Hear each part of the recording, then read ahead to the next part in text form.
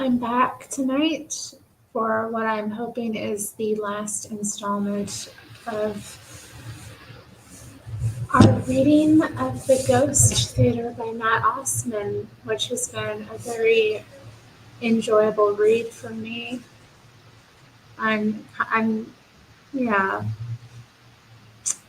I'm kind of sad about it ending, and I'm glad that I decided to read it,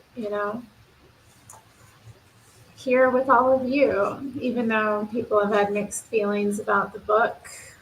But that's to be expected.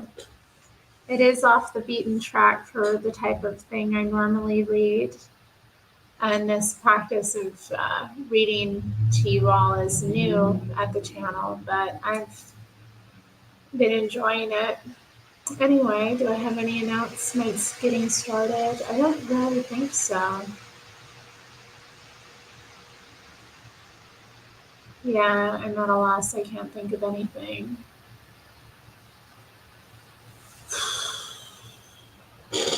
Oh, I should get my banner up. Get the banner up, that's right. It's the last reading. I don't want to not have my banner going. Love that banner. Clear my throat. And I suppose get started.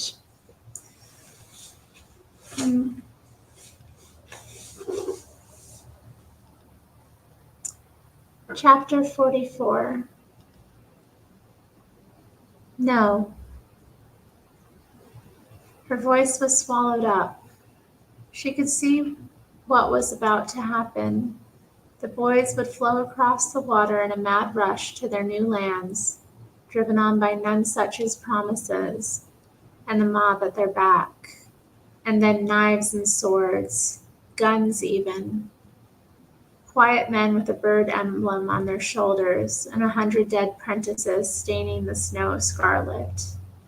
No, she said it again. No, she stamped her foot like a child having a tantrum. A boy turned. Stop! She stamped again. The boy shushed his companion, and then silence swept across them as easily as the chant had. She stood on the throne so they could all see her. It wobbled under her feet. Stop! You will die.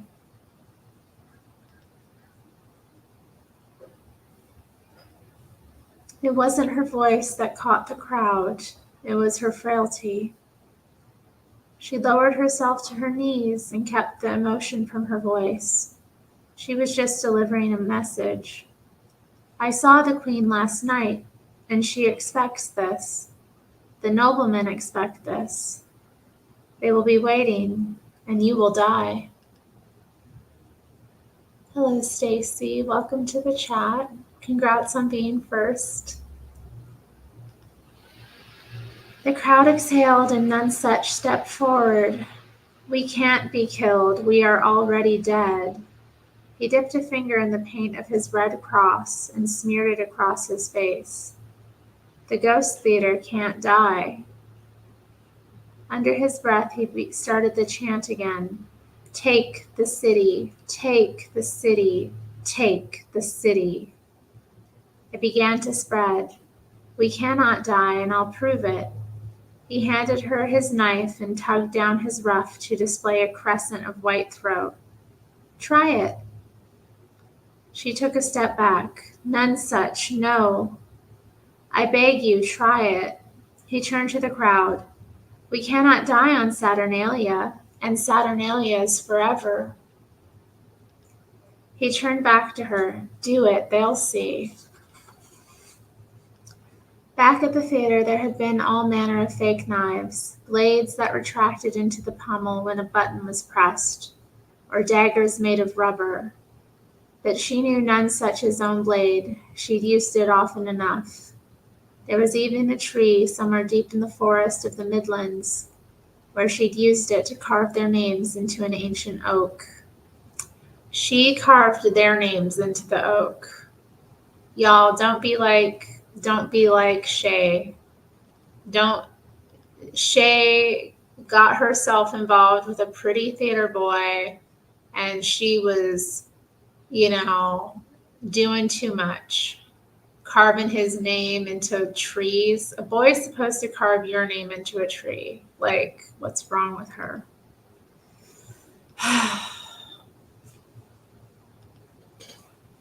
I've never carved my name and anyone else's into a tree.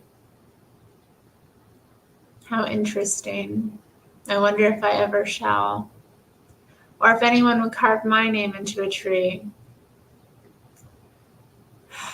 Who can tell?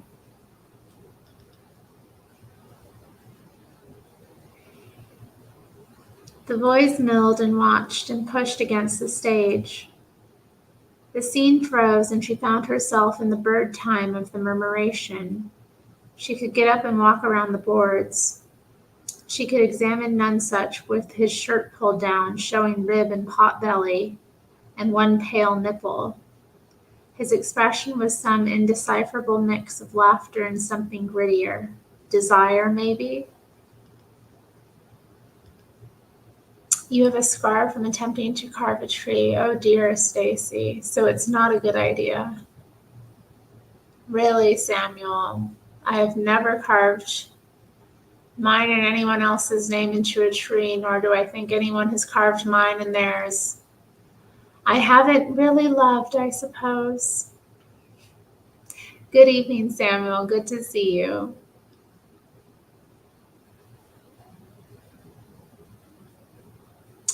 Do knives want? The tip is an arrow pointing where it needs to go. Look here and here, heart, neck, wrist, ending places. Here and here. Shay touched the point against his neck, right where the muscles sank beneath the jaw, and felt him almost imperceptibly flinch. She applied enough pressure to make his skin dimple, but he didn't move. Instead, he leant into it, the skin at its limit. A bead of sweat worked its way down his temple. The mind may be still, but the body has its own fears. That's very true. That is interesting. I mean, I'm sure we've all had experiences where our mind is doing one thing, but our body just responds in a completely different way. The body has its own kind of reaction to situations that we're not always in control of. And it's rather humbling when you go through those experiences of, like, I don't know, nervousness maybe. Like in your mind, you don't feel any nervousness, but then the body starts just to, drop tons of sweat or like shake. And it's like, oh, that's good, Stacy. I'm glad he got something out of that desire to help.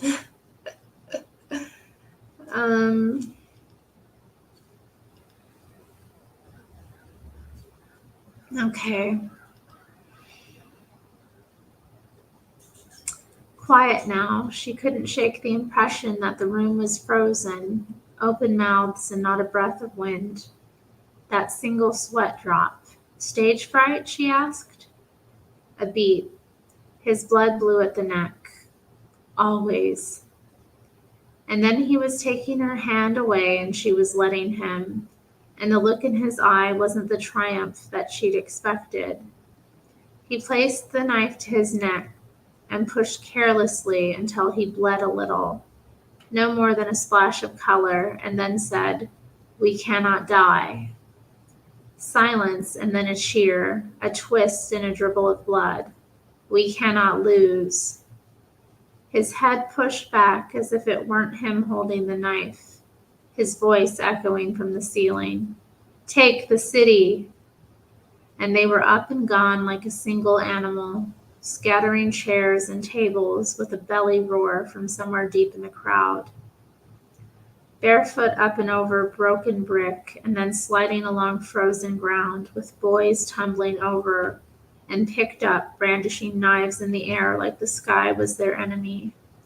Sackerson was driven before them, the bear for the first time facing a creature larger and less fearful of death than himself. Shay was carried with them in the crush, with her feet off the ground, a fish in a living river that crested and dropped, and then she was over, upside down and in the dirt, and she was crushed and stepped on. So she rolled hard, left and left, feet striking her shoulder and back until she rolled faster because these weren't boys anymore. They were a flood, and floods don't wait to inspect the damage. She pulled her arms around her head, and when the silence had ebbed back, she sat up and looked out at the river. The boats rocked under hundreds of pairs of boots, but the platform held fast. When the vanguard of the mob had made it 2/3 of the way across, a shower of impotent arrows sprayed from the soldiers on the bridge, but they were much too far east. A cry went up. Their enemies were useless. Their arrows were nothing.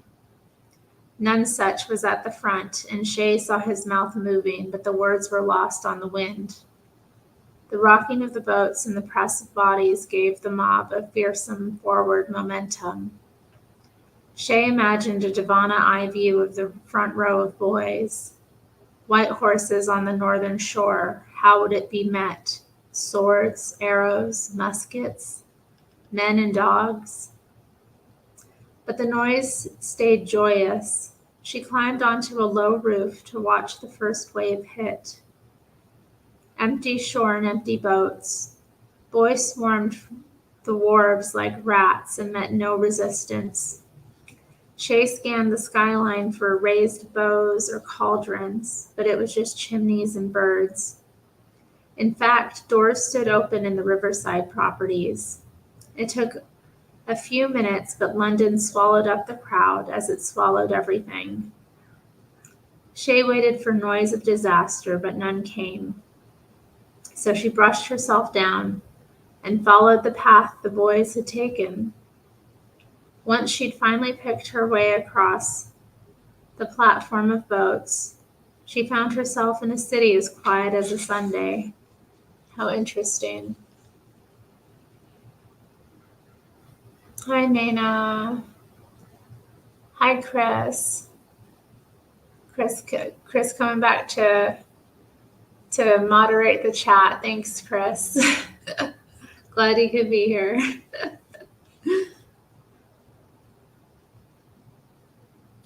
London had been abandoned and every building stood open. This wasn't the dereliction of a plague city. It was an invitation.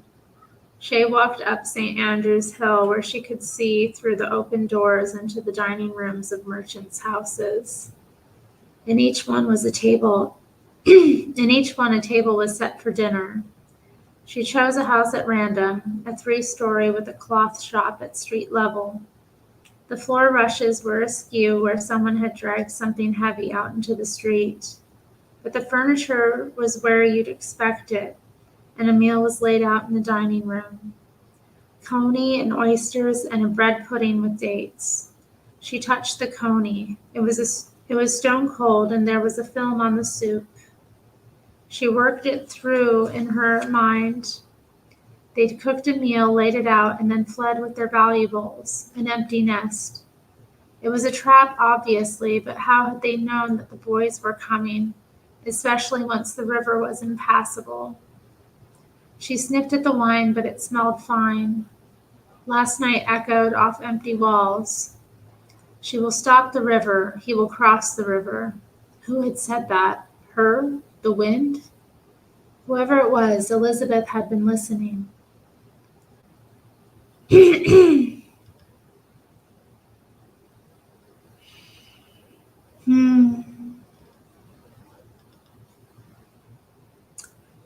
The same scene was replayed all the way up to St. Paul's. Boys had claimed their new estates, and in every second house a feast was taking place.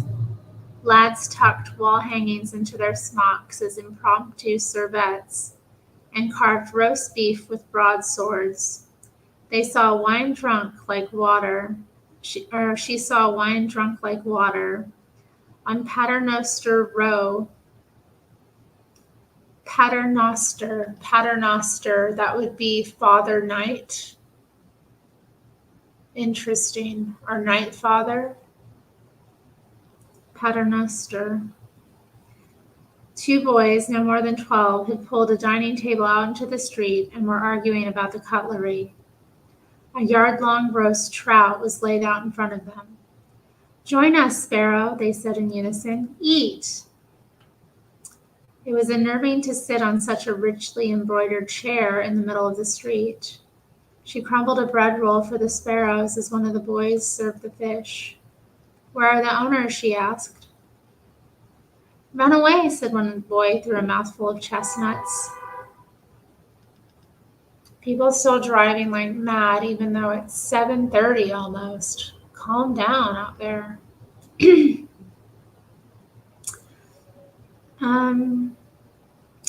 We haven't seen a soul since we claimed our street. He made a face as he polished a fork on his shirt and then hooked a thumb back to point at a stone building. "That's our house. Nice, right?" His paper was pinned to the door with a knife. "Lords Paternoster and Paul of the Dead." "And the food was waiting for you?" "All laid out. Brandy, too." The boy mimicked a gentlemanly drawl. "Though someone's in for a thrashing when I find out who let the fish get cold." Could it all be poisoned, thought Shay? Was there even enough poison in the whole city? "You trust whoever left it for you?" "It's Saturnalia. They have to give us this one day. I think it's the law." "It's tradition," said the other, and they both nodded. Shay looked at the paper pinned to the door. "Saturnalia's only one day, though. Nonesuch was claiming that this was forever." The boys were unconcerned. "Well, that's what he said." She watched them. The cutlery was too big in their hands, and their feet barely reached the floor. "So you don't think he's telling the truth, that this is all really yours?" "That would be amazing. Imagine having this house to yourself." "Hell no! You just walked right past me. You were over here and then you walked right past me and then you're gonna go over there and start crying?" Crazy. Did you hear that? Did you hear him? Paternoster is the Lord's Prayer. Is Noster prayer? No. No. No. No. Well, you want up here? You want up here? Hello to Irish Repub, who has joined the chat. I guess I should let him up here since he's so demanding. You've ignored me since you had your dinner, but now you want a piece of lap. Is that it? Come on. It's all yours. Get up here, my little feline companion. Look. Yeah.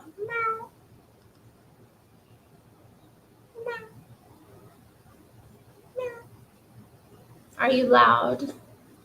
Chris in the chat says you're loud. Are you loud? You are a bit loud. I'm loud too. That's why we're together. Are we together because we're both loud? Oh, Noster is our. You're correct. You're correct about that. My bad. I'm sorry. You're right.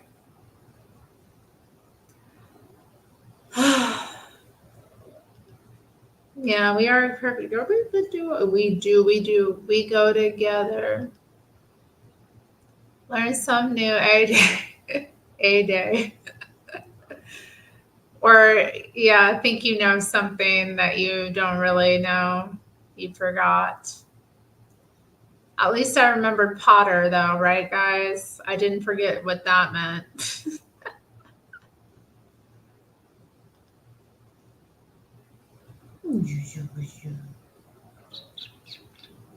What a little ham you are.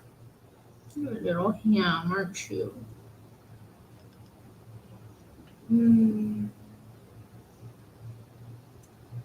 My sweet kitty. My sweet kitty. getting no cuddles. Oh, right under that. Oh, right under that. Oh, God, right under the chin. When you get the scratchings right under the chin. Oh, are you talking about Susanna Weiss? That was on the Punchy TV. She was on the Fallen State recently. I liked when she was on the Fallen State, like how she moved her arms when she talked. I thought that was kind of interesting. She seemed a bit hippie, kind of like ethereal in some ways. You've heard her before. I mean, I don't agree with her outlooks on things, and I did find, I don't know. I mean, it was an interesting conversation. I thought, I know, I wonder how her date with Joelle was. Half prostitute, half pseudo psychologist. I don't think she sounded to be doing any kind of prostitution. But I think, yeah, I don't know. I find it very like, it's just an odd field to be in, honestly. I would be very uncomfortable trying to counsel people about their, you know, um, well, that aspect of their life generally. I wouldn't really be comfortable doing that. And I think it's kind of odd that anyone would. I mean, I suppose it does need, some people do need some kind of assistance or direction. But I don't know. I don't really agree with her. I didn't agree with her about a lot of stuff. And I was kind of like, I don't know. I was stunned she hadn't really heard about the idea of pair bonding,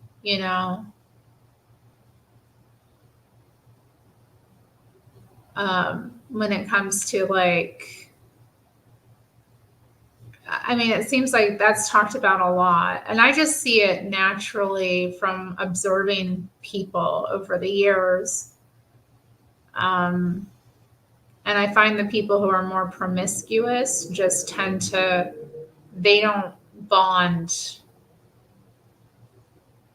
in the same way. They don't have the kind of like, they don't seem to have the kind of deep connections that people who aren't do. And I find that like, at least the married couples I know where they were either both virgins or both like very chaste leading up to their marriage tend to seem to have much happier, they tend to seem to be a lot happier with that aspect of their life. So, and Samuel, thank you. Samuel gave a super chat. Sorry, silly me didn't catch it, but thank you. The kitty for my kitty. Thank you very much. Yeah, that too. I know. I mean, but then I think too, sometimes I find like Jesse and even Hake or, sometimes, they'll say things that I'll be like, okay, that's a bit too puritanical. Like, oh, you should own, like, I don't think there's any reason why a married couple shouldn't like, I don't think it's just about procreation, like, and I don't think that because, a couple's had some kids, that means they should stop. Or, once they reach a certain age, they should stop. Definitely not, actually. From what I can observe, it seems like people who keep that drive active in their lives they seem to be a lot healthier in older age. They seem to have a lot more vitality, especially men. Like the older men I know that where that's like just not a part of their life, they don't have the same vitality. I know, right? I know. It's a bit puritanical. It's a bit too much for me. I mean, I'm a Protestant myself, but I just, I think there's more. I think it's there's a complexity to what sexuality is. So I don't know. I'm getting off topic here, but the cat did show up, so we're having our first little impromptu break from the book. I know poor Hake was read a couple of times. Oh, he is so dear. Do they mime when non-emergency mode? Point Fire was asking about the sign language interpreters. I have no idea. I don't really remember that.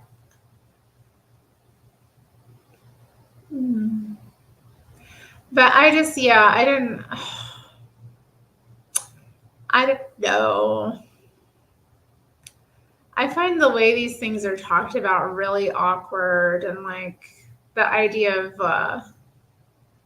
what was the name of her book? Like Subjectified or something, like becoming a sexual subject as opposed to an object. I thought that was kind of like, weird.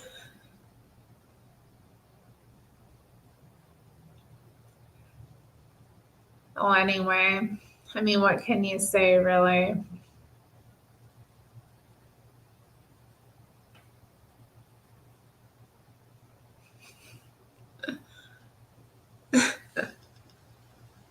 Yeah, that was cute. That was cute. Well, I know he had mentioned like in movies, like couples fighting after they do the act. And I think it's more common for them to fight before they do the act, right? Build up to it, get their passions all inflamed and then make up. I think that's more common. But I don't know. What do I really know?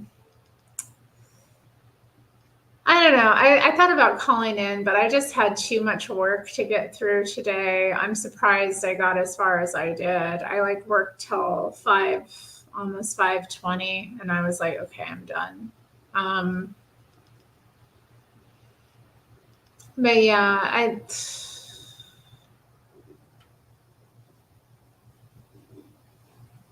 I don't think, I mean, I had a lot of thoughts about what was being said. I don't think it serves women to be promiscuous in any capacity. And this idea that women can be out here, like, just casually hooking up and. I understand. I mean, I don't think it's good for men either. And there was one guy that called in, I'm not going to say his name, but he said he had over 100 body count. And I was just like, gross. For one, also, why are you telling us this? And he's like, I'm so glad I don't have any drive anymore because now women can't control me. And I'm like, dude, whatever, what I mean, I'm happy for him as well if that's the case, if he was that out of control. And I do see men are like that. I do see that. And I mean, I don't like men like that though. But men make it pretty clear very early on when you meet them and you start dating them if that's what they're like, because they're trying to get it right away. Yeah, 100. I was shocked. I was like, ugh.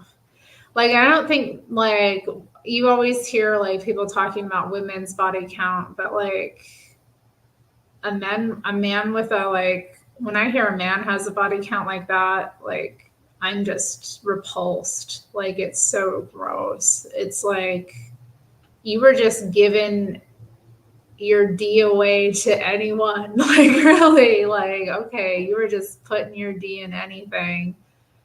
And how many of those interactions were you also manipulating women, lying to women about what your intentions were? Yeah, I don't know. Like, how do you even? I mean, I guess he's done. He's had over 100. So he says, who the hell knows, though? He could just be lying.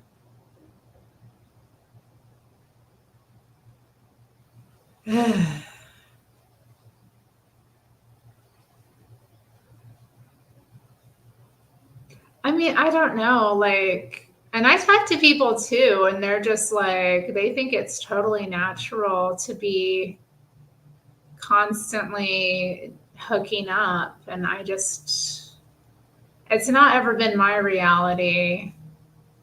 I don't know. I struggle though in like even having, you know, well, anyway. I don't like to get too personal, but I just, I haven't even had that many like dating partners, let alone, like had any kind of like relationships like to that like and it kind of astounds me that people like just they seem to be out here doing it back to back. Like I know a ton of serial monogamists and then that adds up over the years, or just people who engage in hookups and that's crazy too, or like one night stands, and it's and she was just very casual about it,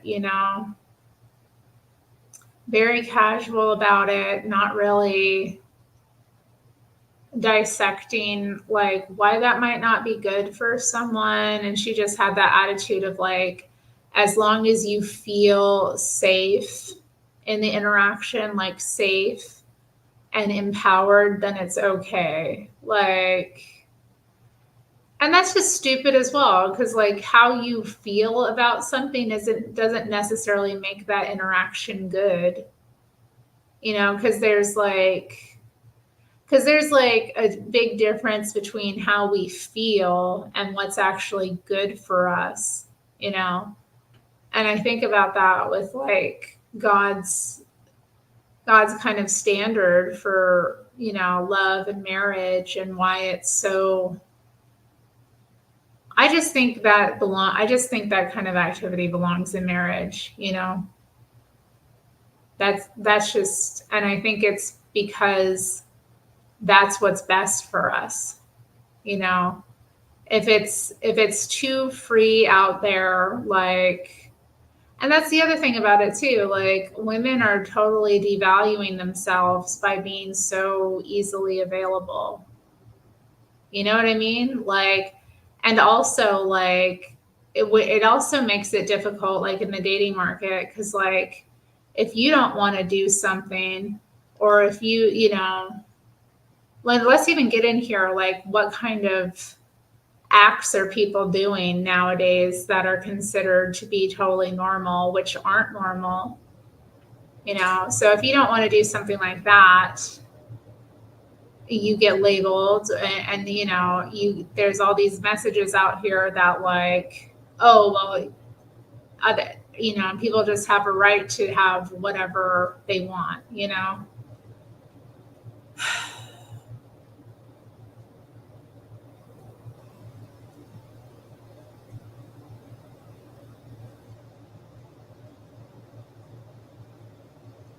Oh, Maina, you're so jealous. So jealous. She called me a lesbian commie. Let me tell you, like that was I was not very successful in that market either. You know, that dating market wasn't very successful for me, and I'm a prude. I'm not into a bunch of weird stuff. So, you can think whatever you like.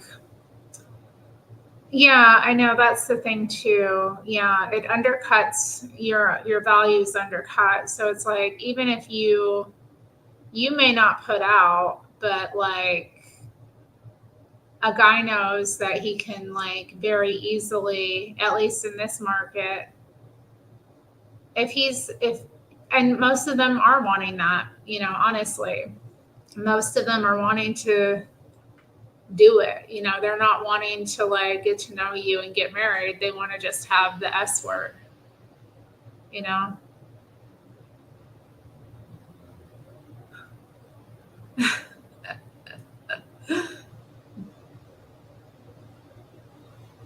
um, so like I guess my point is, so if you don't want to do it, or you're like, no, I'm not going to do that. I'm not available for that. There's a whole line of women around. There's plenty of women around who are, it's not like it's far harder. I think, and I think this is true for men too. Like, and I've known men who've struggled with it as well, because they're like, I mean, I know men who've, been, have saved themselves for marriage, basically. Like, they haven't engaged in any of that kind of activity, and they have a hard time as well, because, like, women are trying to sleep with them, and then because they won't sleep with the women, like, they're called gay, or they're like, just all kinds of things like that. So it's a mess out here. And I wish people would realize that God's like standards and order for our lives are there because they're good for us. They lead to life everlasting. They lead to people being healthier and happier. We don't have to worry about like STDs if we only have one partner in our entire life. We don't have to worry about like all manner of things. It's just, and it's, I see these old couples who had that, they got married and they saved themselves for one another, and they had kids, and they've only really known each other in that way. And it's a beautiful bond.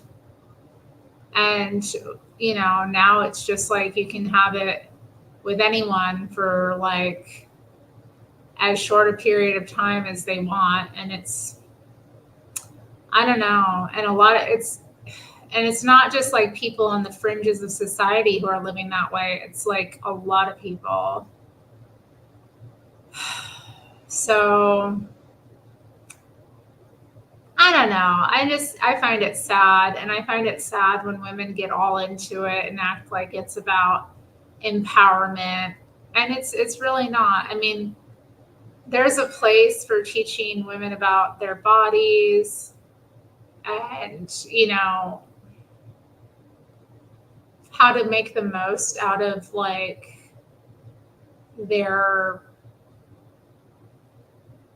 how to make the most out of the pleasure that their bodies are capable of. But like, I don't know. We're way too far gone in the other direction. So that's enough of that. I think I've spoken my piece about all of that. Thanks for bringing it up, Nana. I definitely have not done much hand holding, Chris. I have not done much hand holding. I can think of maybe a couple of times.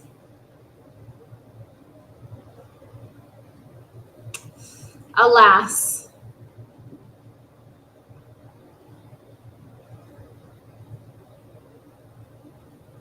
Yeah, it is very common. Yeah, I find that with guys who are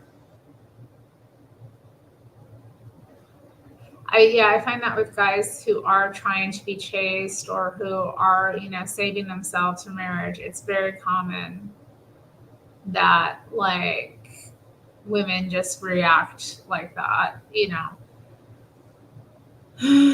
Well, anyway, let me get back to reading.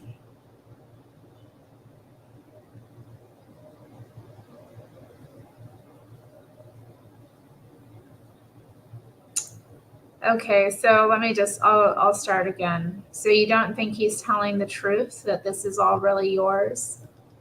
That would be amazing. Imagine having this house to yourself. Imagine the servants. I'd have an army of maids, fat little things. He trailed off and looked at her. Sorry, Sparrow. I know Nonsuch says it'll be forever, but you know how actors are.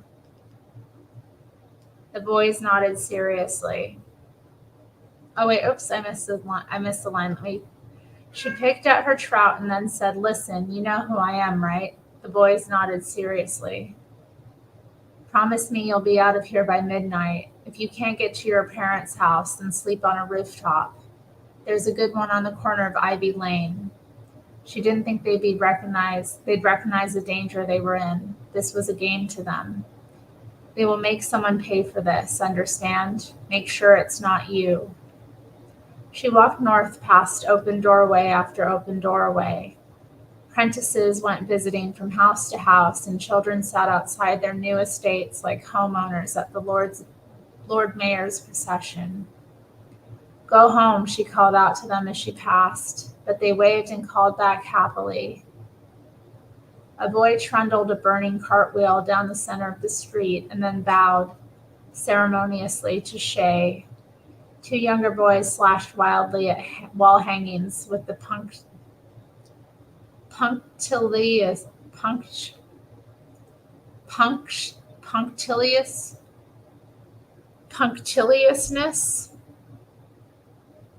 What is this word? Punctiliousness. I gotta look it up, y'all.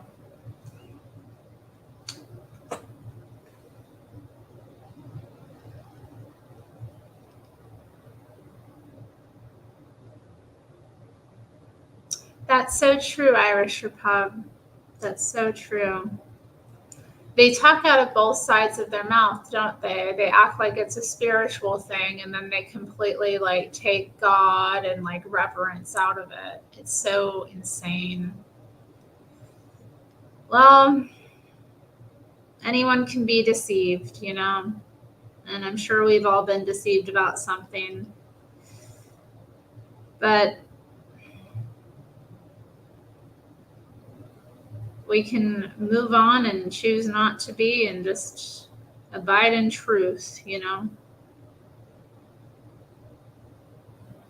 Punctilious. Punctilious. That's how it's pronounced. Okay, so what did they do punctiliously? Okay. Two younger boys slashed wildly at wall hangings with the punctiliousness of housework. Cheapside was the dead center of the road, and a lone barn owl appeared on wings quieter than breath. It glided above her, and its grace reminded her to call for Devana again. No answer. Would the falcon have returned to her muse? Perhaps she tired of her freedom. With nowhere else to be, Shay headed east to Eltham House. She found its grand double doors wide open, but inside it was untouched. As she climbed the stairs, she wondered about the servants, the butler and the cook who brought her cherry cake. The Elthams had a country home too, but the London staff would be fending for themselves. The fields beyond the city walls would be full of serving folk tonight. Shay climbed those dwindling staircases and stepped out into the kind of evening that she loved best. Glass bright and ice cold. I do not enjoy the glass bright, ice cold evenings. I suppose I've enjoyed them from time to time, but I find them very hard to bear nowadays. And hello to Jan Siri, who has joined. I know. Where is Yoda?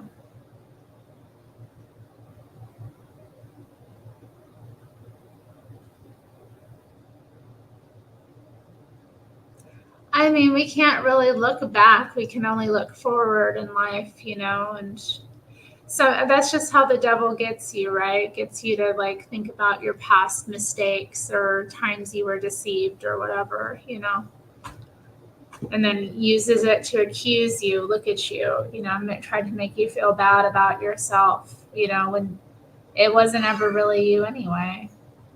Sweetheart. What? Why are you being so mean? Whoa, whoa. The hell is wrong with you? What's wrong with my kitty? Why he being so bossy? Why you being so bossy? He wants the attention. Why is she just talking to herself? Why does she do that? Why? Do you want back up here, sweetheart? Where are you? Don't look at me with them eyes. Don't look at me with them eyes. You can be sweet with them eyes, you mean kitty. Yeah, rumination, God, I know. I've spent enough time in my life ruminating on mistakes and things. It's a pain. Come on. Come on up here. I'll get you on my lap. Come on. Come on. You know you want to be up here. You're upset that I kicked you off. Now come on. Come on. Woo! Which was my fave Bond show today?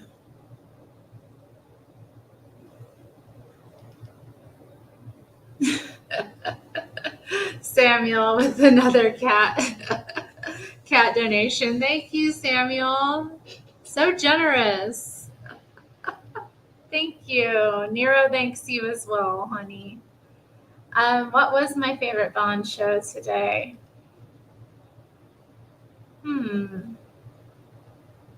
I'm thinking back through all of them. I missed the first half of Joelle Friday's show, unfortunately.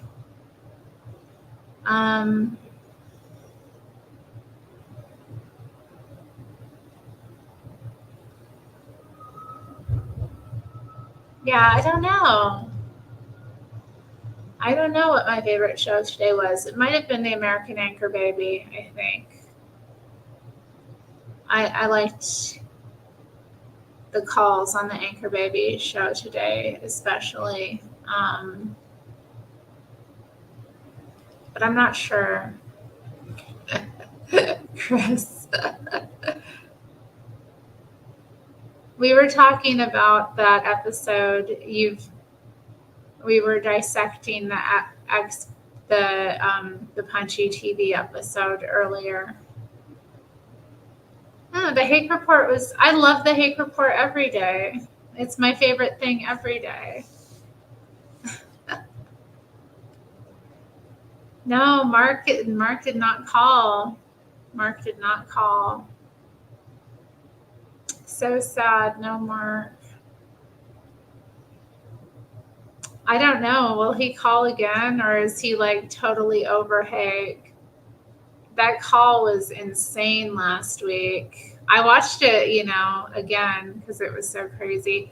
You know what? And I did love that Gregatron called in because he called in today and wanted to talk about it. Actually, not everyone, but a lot of people called in and talked about it. So Hake was pretty interesting today.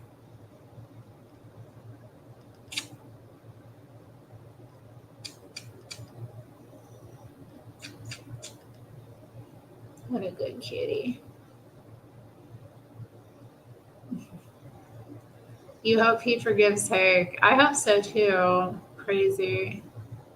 So crazy. Maybe I should move the camera a bit. Get the kitty in line. You want to get under? He was being so cute. Yes, so cute. Oh, wow, so cute. How are you so cute? You so cute. Hi, Golden Rule TV. How you doing? Oh.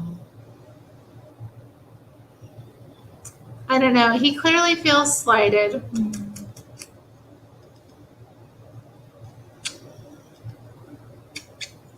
Right on top of the head. Right there on top of the head. Right on top of the head. That's where the kitty gets a kiss.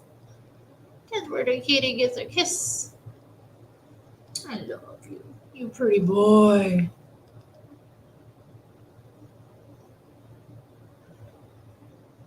I've never gotten 40 minutes. I don't think I should either. I don't have that much to say.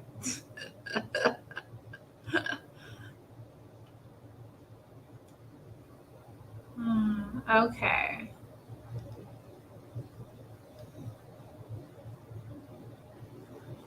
Are you my kitty bear? You're the kitty bear. You are the kitty bear.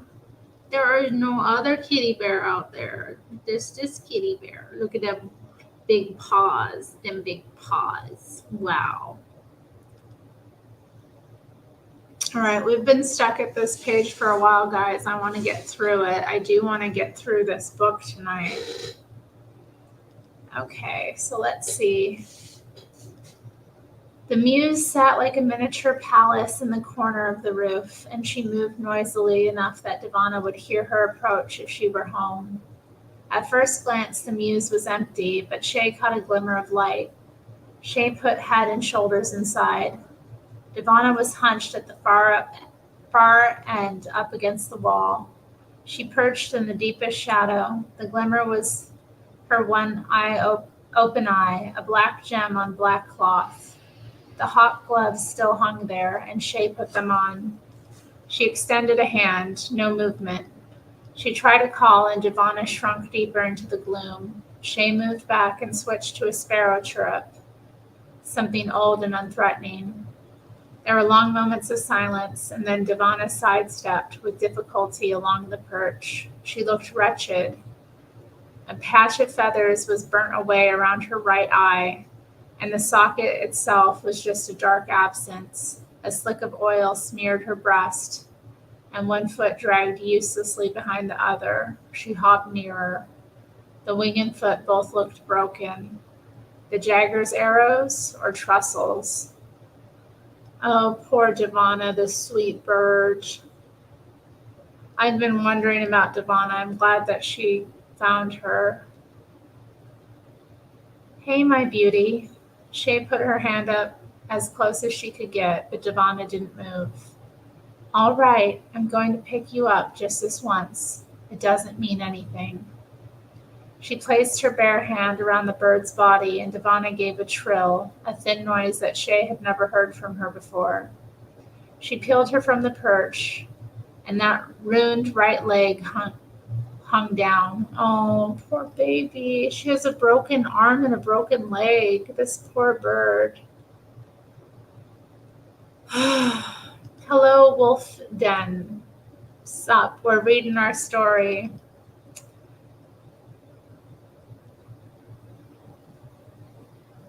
Here, she placed her on the glove. Devana's left talon tightened and then relaxed. Shay could barely feel the claws through the leather. Rough couple of days. You were so brave with those arrows. Shay kept the panic from her voice. The bird was scarily light. How long was it since she'd fed? She took off the glove and tried again, placing the bird on her bare arm. Again, the talon tightened, and Shay watched her skin pucker. That's it, a bit deeper. Beads of blood blossomed, and Devana turned her head towards her. Their eyes met before. Shay thought to look away, one mirror eye, another warning squeeze of talon, but it barely registered. Still, Shay kept her eyes on the floor. The falcon had earned that. She brought her closer, and the bird's head lowered gratefully to Shay's breast.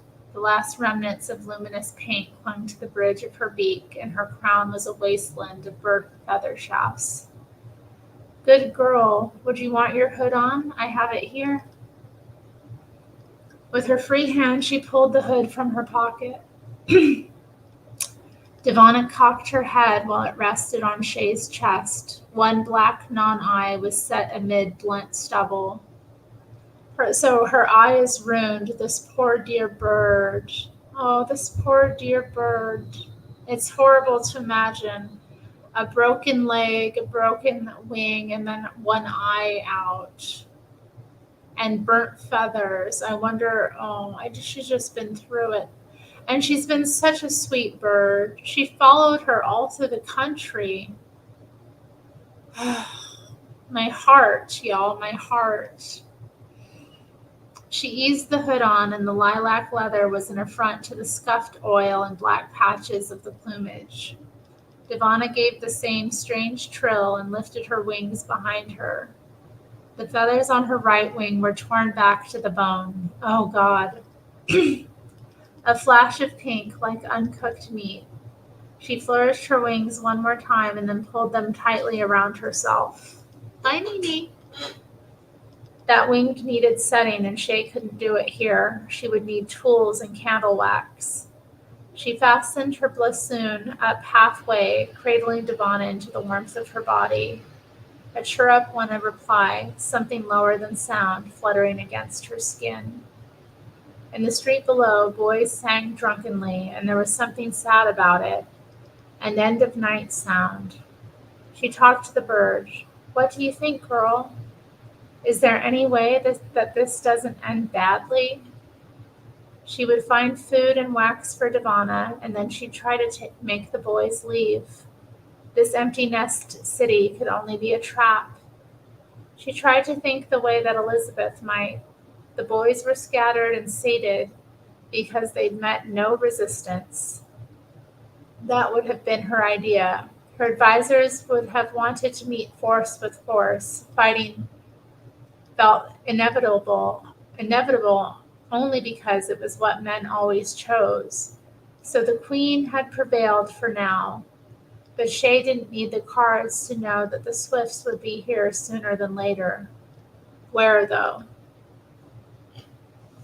Oh yeah, I highly recommend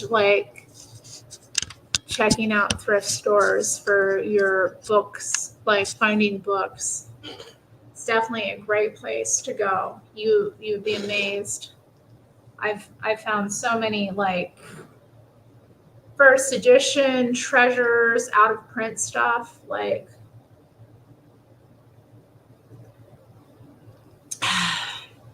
anyway.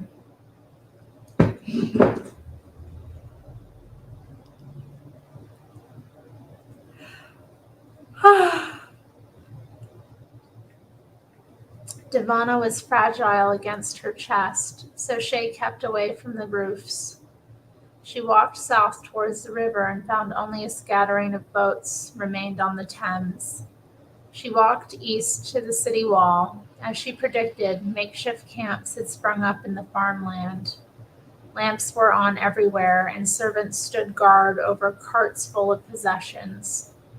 She had nowhere to go, so she just walked and chattered the whole time. News and gossip and trills and chat to cover the fact that she hadn't felt Ivana move since the river. West London was lit up and the palace was ablaze with torches. She got as close as she could, but troops patrolled the walls. The danger would come from the north then. She would find a butcher's shop and a candle maker on the way. Later, she couldn't work out exactly when it was that Ivana died. Somewhere between Eltham House and Lombard Street, where she broke the hasp on the butcher's shop door to get at the suckling pig hung inside. She knew as soon as she undid her buttons, something had gone from the bird, her lightness. She was still warm, but somehow dulled.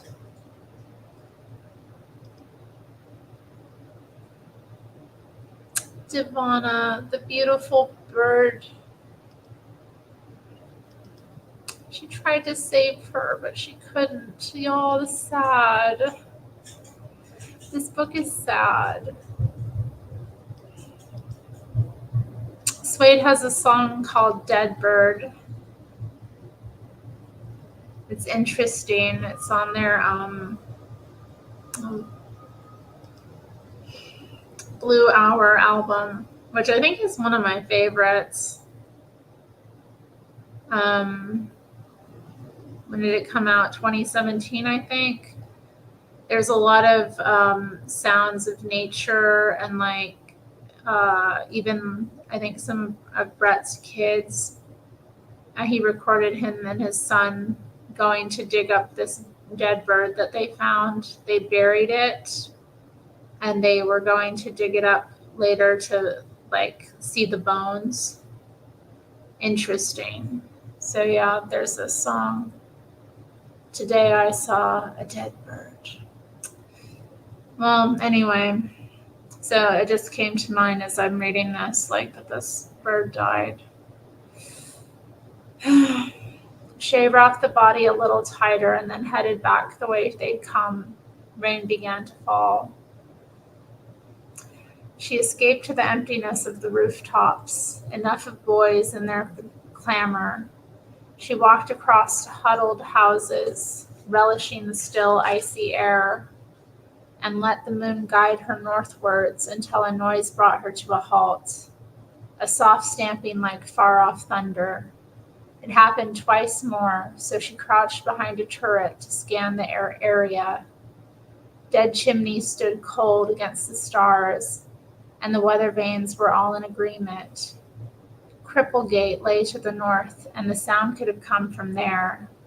So she shuffled on her belly to the edge of the roof. The scene was hard to make out. A squadron of shadows going through some kind of drill. Step left, step right, knives out, knives away, all in near silence. The only substantial thing about them was the sound of their feet moving in unison. They wore black clothes and black slippers, and she couldn't make out faces. When the moon peeked from behind a cloud, she saw why. Every man was blindfolded.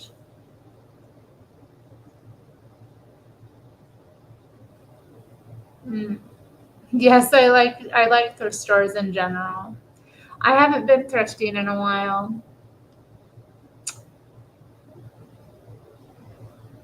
Well, I don't know about that. I did go to the Goodwill. Like, there's a Goodwill boutique near me that I sometimes hit up. But that place is just like, it's like the bougie Goodwill where they take all the designer stuff or like brand new stuff. So I've been there a few times in the past, I don't know, over the summer, I guess. I got that gorgeous dress I have yet to wear. I have an event that I will be wearing it to, my embroidered black velvet dress. I'm very much looking forward to that. And then I got some perfume and earrings, some very cute little earrings made of shell. So I that's technically a thrift store, but they don't be charging thrift store prices. I mean, it's less than you would pay to like go to a like reseller or something, or but it's more like that kind of price. Well, anyway, let me continue. Okay. Someone whistled off to her right, and the shadows started to move. She heard the clack of ladders being lowered onto the roof of St. Alphege. If they moved that way, then they'd come right past her, so she pushed herself flat against the thatch and held her breath. The figures crossed the ladders on all fours, still blindfolded, and then walked in formation, each with his hand on the shoulder of the man in front. They were so close that she could hear them breathing, close enough to see the bird insignia stitched onto their tunics and the knives at their waists. They passed her and stepped across onto the rooftops of Adel Street. Some of Nunsuch's boys were on Adel Street. She'd seen them play fighting on the way over, but the road was quiet now. The black swifts lined up in neat rows on the roof's edge. Why are they blindfolded? Isn't that weird? I find that really weird.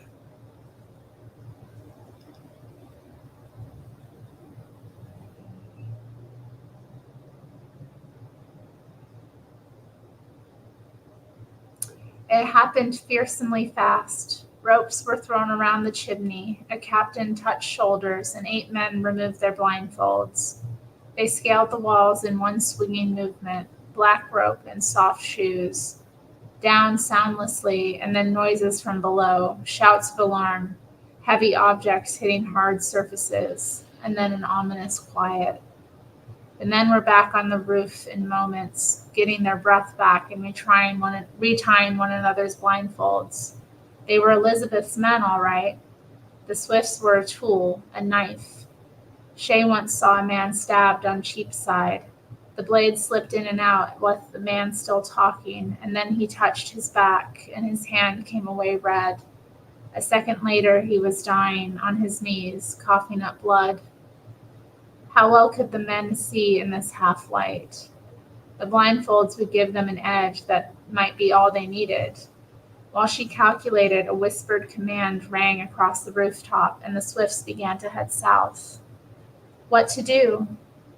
She could cut around and warn the boys she'd seen earlier, but that would risk getting caught herself. Instead, she cut towards Silver Street. Below, two boys sat in huge armchairs, which they'd pulled out into the road, singing softly to themselves. She cleared her throat, and it made them jump. One lad waved his torch in her direction. "Sparrow, we heard you were here with us. You have to get out. Head east. There are troops coming, and they can see in the dark. Don't take anything. Just go." The boy scratched at himself. There's nowhere to go. They've barricaded all the gates. It would be a massacre.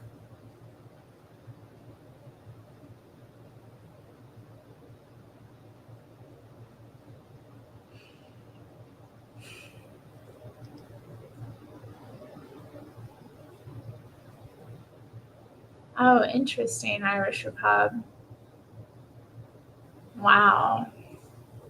Yeah, and that isn't true. He's a real author. He's written multiple books now. Matt Osman has written, I know he's had 2 books published. He's written many things throughout his life. He's written articles as well. He's an author as well as a musician. Thank you.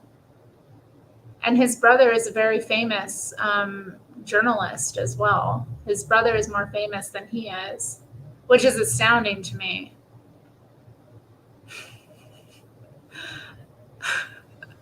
I'm like, really? Yeah, I mean, we get it. You don't like it. Man, he is. He's an author. I think he qualifies. How many books have you written? How many books have you published? How many songs have you written and published? He's also, he's wildly and wildly talented, man. So, now I know about him because of Suede, but it doesn't really matter.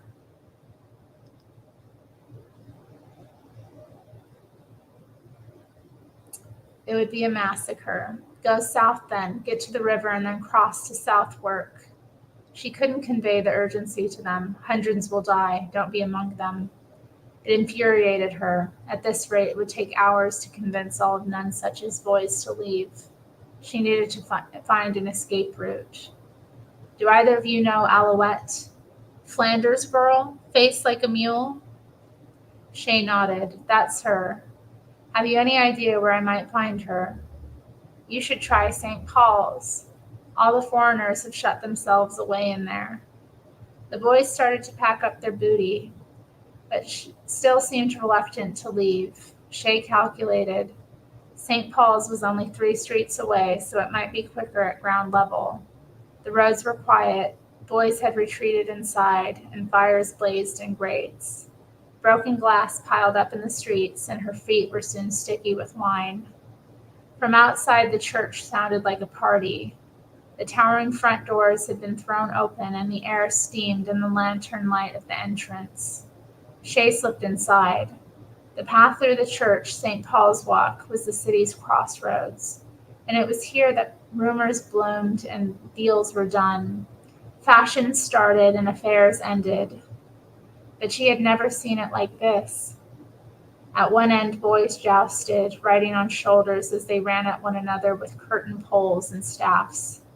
The lads in the front pews, some watching, some sleeping, were spattered with blood, and Shay saw teeth on the floor. At the other end, young blades aped the perambulations of fashionable London couples. In costumes too big and dresses too small, they paraded from one end to the other, to the hoots and jeers of their friends. Bonfires of broken pews and Bibles burned. The font was filled with wine. What a mess.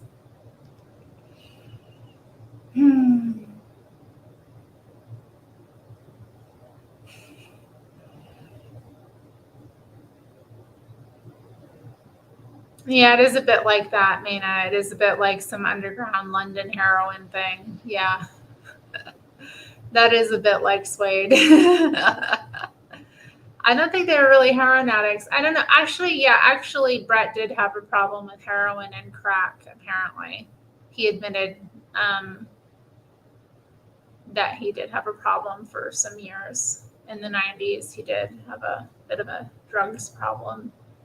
I don't know if anyone else in the band had a drugs problem. The perambulations. But yeah, I mean, if I were to recommend the band, I mean, I'd recommend obviously their debut album, which is their self-titled album. That, you know, they had a really amazing guitarist who ended up leaving the band in the middle of making their second album.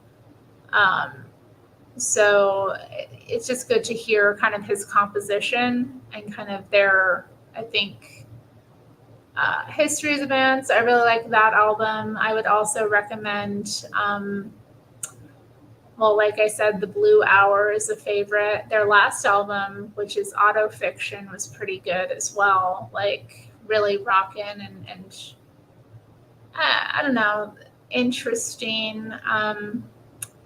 They have another album that's really unpopular with them. They didn't even include it in like their lineup of their albums, but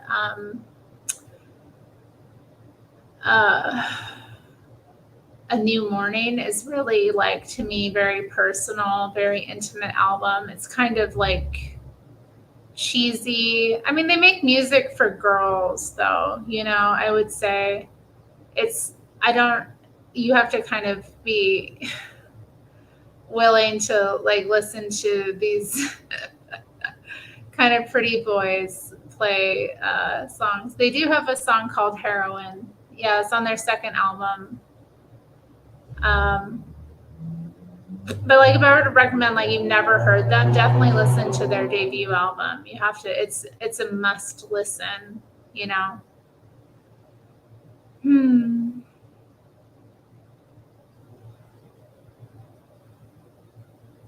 But Suede's Heroin song is about a woman that, you know, you're in love with, that you know, she becomes your drug of choice.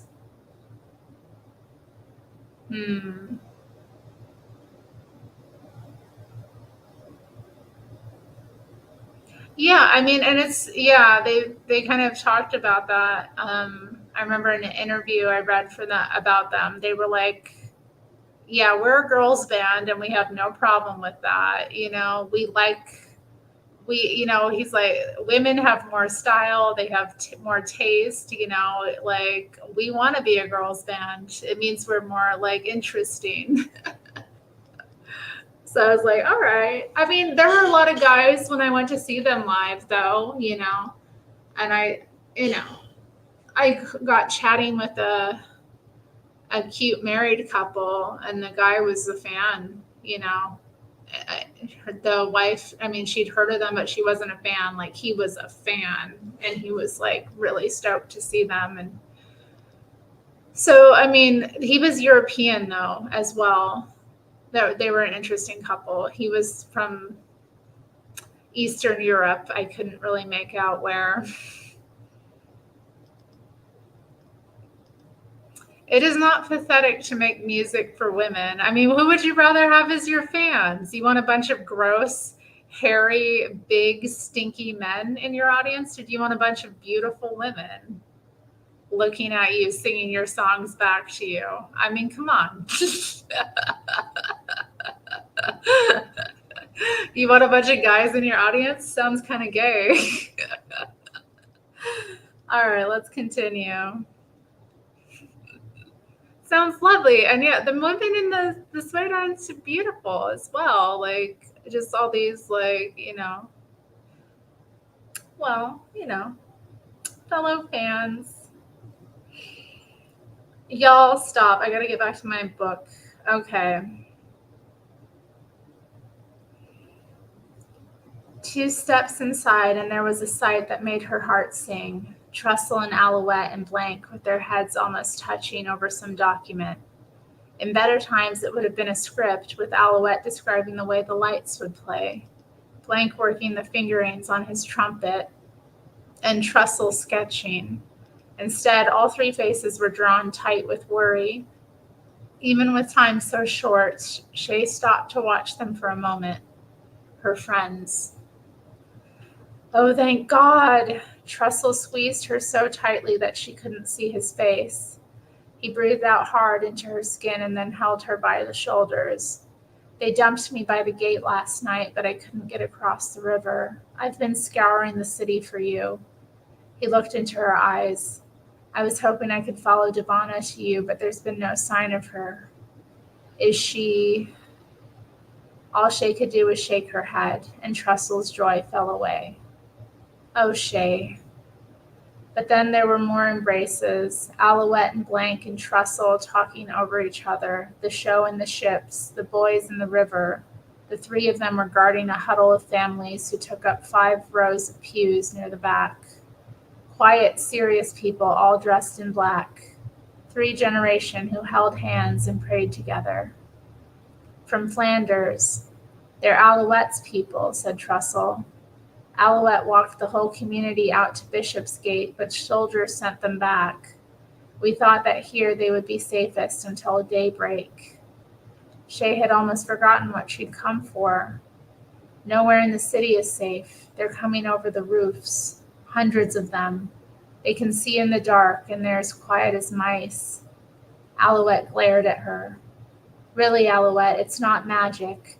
They have blindfolds and slippers and black suits like stagehands. They're prepared. We have to get all of your people out, the boys too. Shay pictured the route through the river. It was all skinny, unlit streets that would present Bowman with a shooting gallery. Moving this many people would need space and light. The 3 crowded around her, and she felt the familiar fear of having no answers. Their faces were expectant, so she just let herself talk. Listen, the Swifts blindfold themselves so they can see in the dark. So we need to light up the city. Then we'll take everyone down Thames Street. She'd run that route 1,000 times, street wide enough for 2 lanes of carts. She pulled Alouette close. Do we have fire arrows? We need to light up a path for everyone to follow. The lines of concern were wiped from Alouette's face. Oh, we have better than that. Come and see.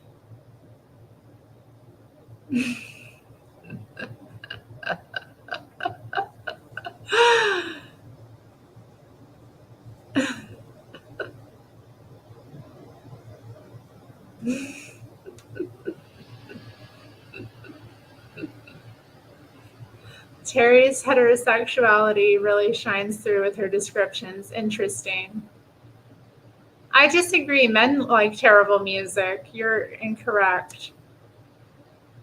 I'm going to put that heroine song on BRB when she's finished reading. I hope it's the Suede heroine song. She walks in beauty like the night. Oh yeah, I forgot that they quoted Lord Byron in the song as well. So extra. I do not key. Thank you.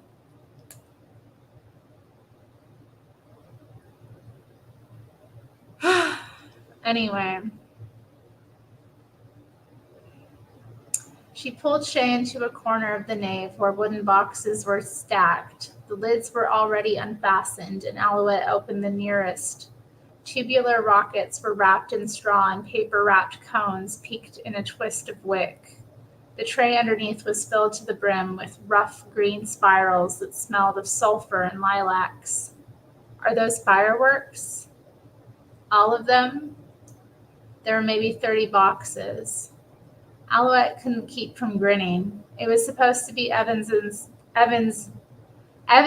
gift to the Queen, a Christmas show from his glass house.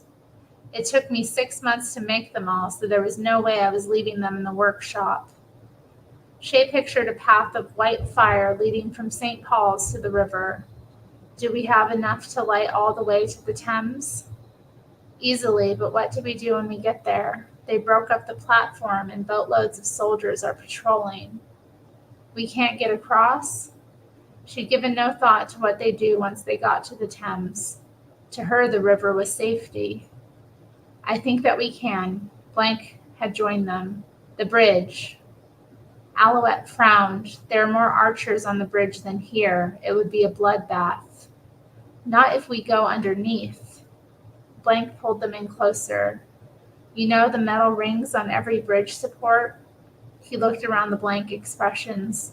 You Londoners should learn your own history. In case of invasion, chains can be pulled across every arch to stop ships sailing upriver.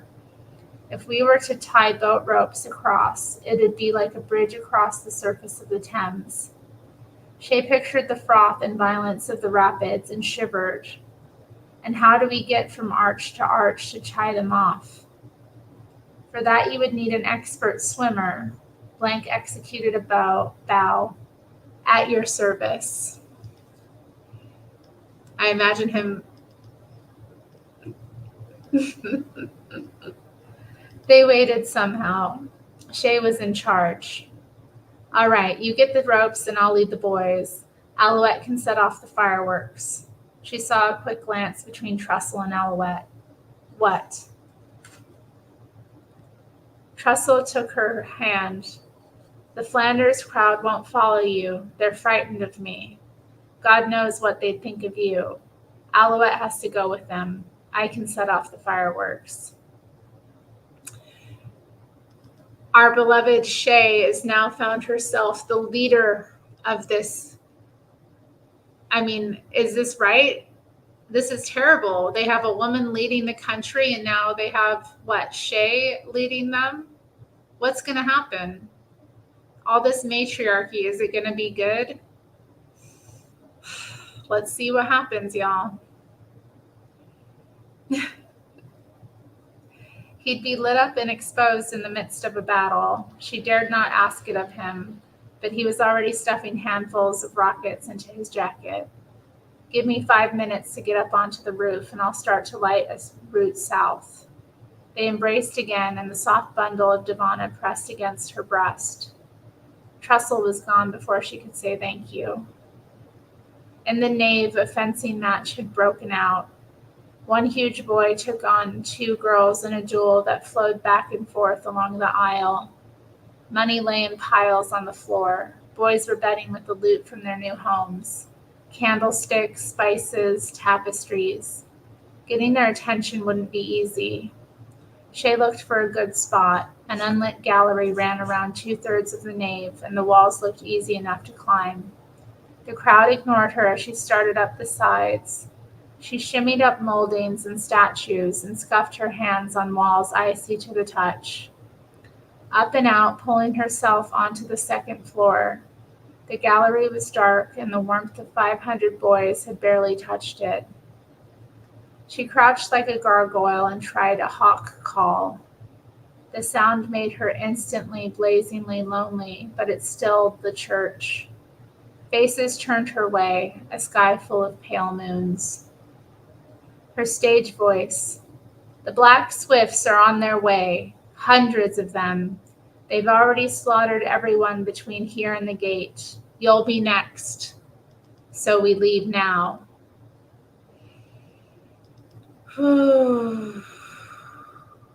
Hi, Bubblelandia. Hello, Pinochet's helicopter. Welcome to the chat. There was silence, but no one moved. Join me. Fireworks will light our way. Still they watched, uncertain. What was the voice that would convince them? What were the words? But then Blank was shouting from across the hall. He stood on the far side of the gallery under a triptych of 30-foot-high stained glass windows that painted him in underwater tones. He took a staff and drove it through a pane of glass. "Come and see what she is talking about," he shouted. The sound of glass raining to the ground roused the crowd. Boys streamed up the staircase that led to the spire, and with pikes and swords they smashed out every last clinging shard of window until hundreds of boys stared out over long slivers of London. "Now, Trestle," Blank called. For a moment, the city remained an inky pool, and then the first firework whistled overhead. A crack like a whip and white fountains sprayed. Every roof from St. Paul's to the marshes of Moorfields. Moorfields was lit up, and on every one black figures waited.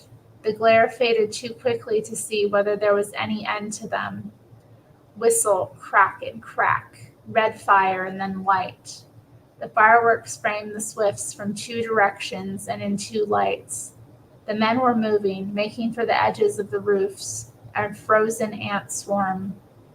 In a moment, the boys were a mob once more, but this time in retreat rather than advance. They swept back downstairs, gathering others around them, and charged out through the doors into the cold. Shay ran to get ahead of them, and Blank elbowed drunk boys aside. He shouted, "Follow the Sparrow." "Will the Sparrow rescue them from the Swifts?"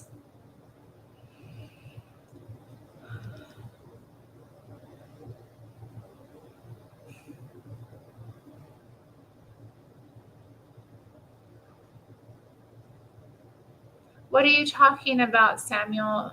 Whose first album reminds you of early Pink Floyd? Are you talking about Suede? Are we talking about Suede?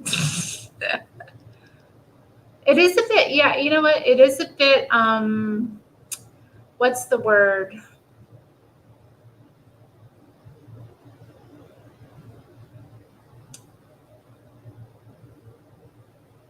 I almost want to say progressive, but it's not prog rock in any sense.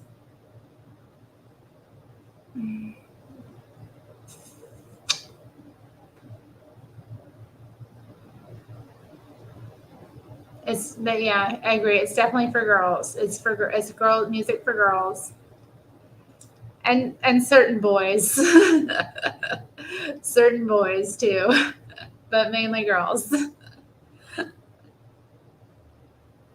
A crowd 10 wide and 50 deep pushed at her heels. The rear of the crush was swallowed in shadows. Alouette had guided her flock of families there. They would have been trampled otherwise. The street was narrow and piled with rubbish, but the crowd at her back drove Shay on. Fireworks blazed above them as they crossed Knight Rider Street, and now knots of boys began to appear from side alleys, joining the rush unthinkingly. A roar went up with each addition. It was darker now, and frosty underfoot. Shay slipped and was caught by dozens of hands before she even touched the ground. She couldn't tell whether she was leading them or they were driving her. She planned to take them along Thames Street, but as the crowd swept that way, a fresh crop of fireworks carpeted the sky. A vision like lightning. Black Swifts were waiting in line across the street with swords drawn. Oh man. Up here.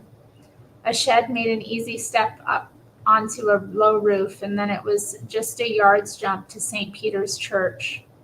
Boys climbed up behind her, and she set off as slowly as she dared.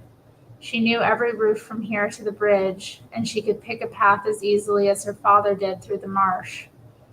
There would be no dead ends or sudden gaps for her boys. Shapes moved to her left and right. Boys were finding their own way up onto the rooftops, and she called out, "Follow my footsteps and you'll be safe." Whistles off to the north, and the sky was painted with light. For a moment, she could see almost all of the city, a V of boys, fanned out behind her, helping one another over the gaps and laying planks between buildings. She ran, feeling hollowed out. The city unfurled beneath her, and she tossed herself carelessly over chasms of streets. Wherever the fireworks landed, fires ignited, and now smoke began to rise in columns from every direction. The rooftops glowed like embers.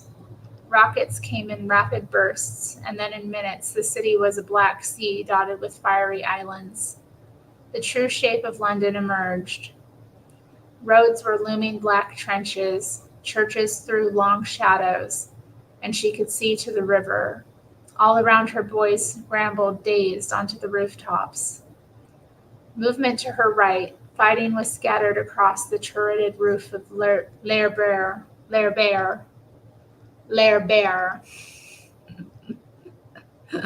The Swifts had the technique, but the boys had the numbers. More and more poured onto the roof, and the red crosses began to overwhelm black bodies. Shay stopped, breathless, on the roof of the Old Swan. She'd fed Devonna a grass snake here once. F-worded. Fucked. None such under the summer rain, too. She effed none such. In the rain. On that roof. Yikes.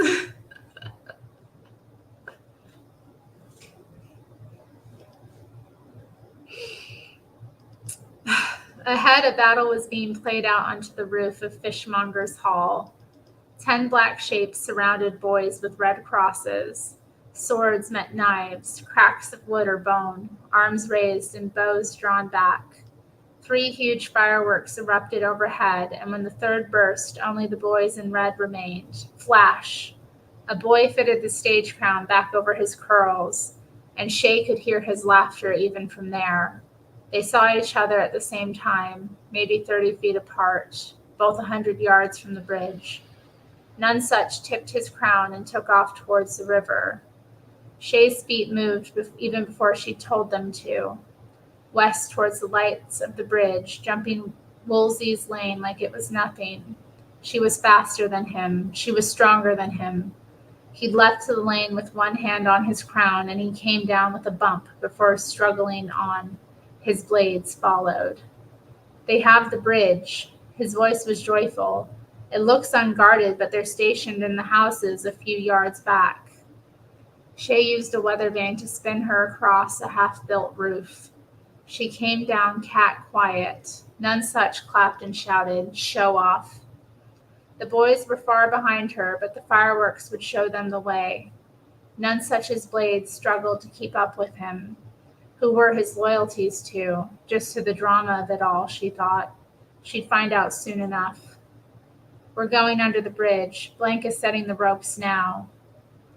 She could hear how hard the running was working him now. He tried to say something, but it was lost in the air. Then, "Stop!" His voice still had some steel in it. She pulled up, the river like black oil down to her right, and he held up a hand. Noise behind them. Boys catching up, slipping and cursing. Wait ahead. A firework went off mere feet above them, and then it framed the row of Swifts kneeling on the roofs of the last street before the bridge. They were low and silent, and she would have run straight into them. She held up her hand, and behind her boys slowed. She had more men than they did. They could probably punch through the line, but so many would die. There was a theatrical stillness to the scene, lines of men listening hard on the rooftops, facing each other. Shay let her breathing slow. And then to her left, all was light. None such stood with 2 fire arrows spitting sparks in his hands. The harsh light turned his features demonic, and he howled upwards at the moon. "Saturnalia now!" And then he threw himself towards the line of men. Fireworks went off again and again, and Shay watched it like a series of tableaux. None such sporting fiery wings, none such careering over the tiles with his mouth open to the sky, the line of black shapes breaking. Men coming out to meet him on a flat stretch, the sky glistening with light, like a stage curtain drawn and opened. 3 black shapes, 5. Then arms raised, so many, each holding a sword or a knife. None such as arrows snuffed out, 1 and 2. A white starburst captured black shapes hunched like crows over carrion, and a crown rolling back and forth across the tiles. And then Shay was leading her boys down a ladder onto the shoreline, and the fireworks piled up against one another until the very sky was alight. Y'all, this story, y'all, give me a sec to compose myself. This person writes like an ISFP. Oh my, Stacy. What is that? Introverted, sensing, feeling, perceptive. Oh dear. Poor thing if he is. I do think he's probably introverted. I do think that. All the best people are, right?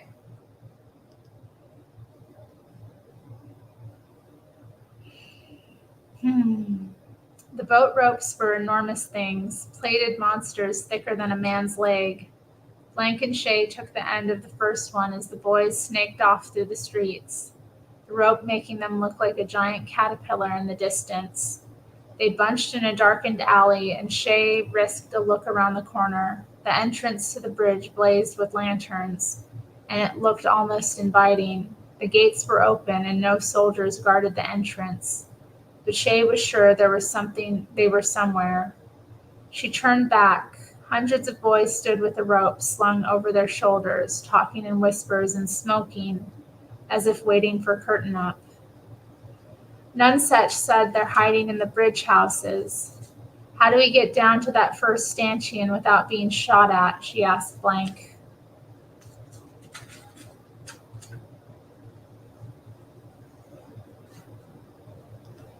He looked back at the crowd of boys and the lights of the entrance. He bit his lip. We don't. Oh, God. Shay looked around her. Then how do we get to the first stanchion without too many dying? Blank said nothing. Faces piled up behind her, hungry in the torchlight. It was the murmuration again, and she still didn't have any answers. A spire rose to their left, clad with scaffolding that made it look like a skeleton. That new roof would mean tile rather than thatch, and it gave her an idea. She asked Blank, could we get in there? Sheer numbers had the door down in moments. A tide of apprentices threw their bodies at the locks. Once it was down, they spilled into the space behind it. The bones of the building rose around them, framing the stars in geometric constellations, but the ground was invisible in the gloom. Be careful, she said. We want roof tiles, if you can find them. If not, then anything that you can use as a shield. It was mayhem. Boys slipped and shouted out. A few found planks that they held out in front of them. Blank discovered a pallet of tiles in an unlocked shed and distributed them to any boy still empty-handed. Oh, I know. Oh, I know. Who's a good kid?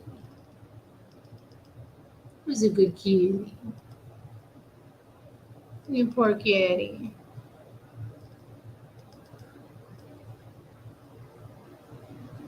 No, I took a couple of online tests to kind of determine my type. I'd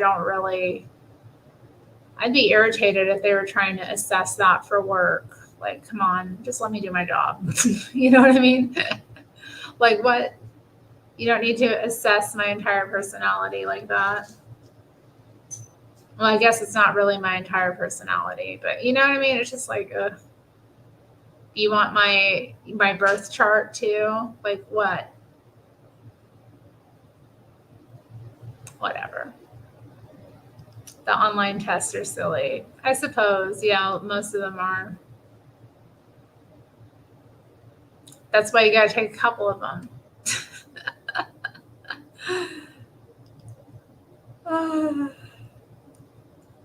Oh, okay.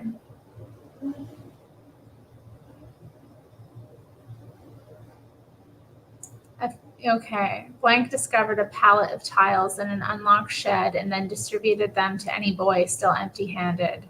Back out in the street, rain was falling hard now, furrowing the bridge's glow. Shay said, 10 lines of 10. One hand holds the tile over your head, the other holds the rope. What did I say? You ain't going outside. What are you doing? You're not going outside. Crazy ass, no good cat.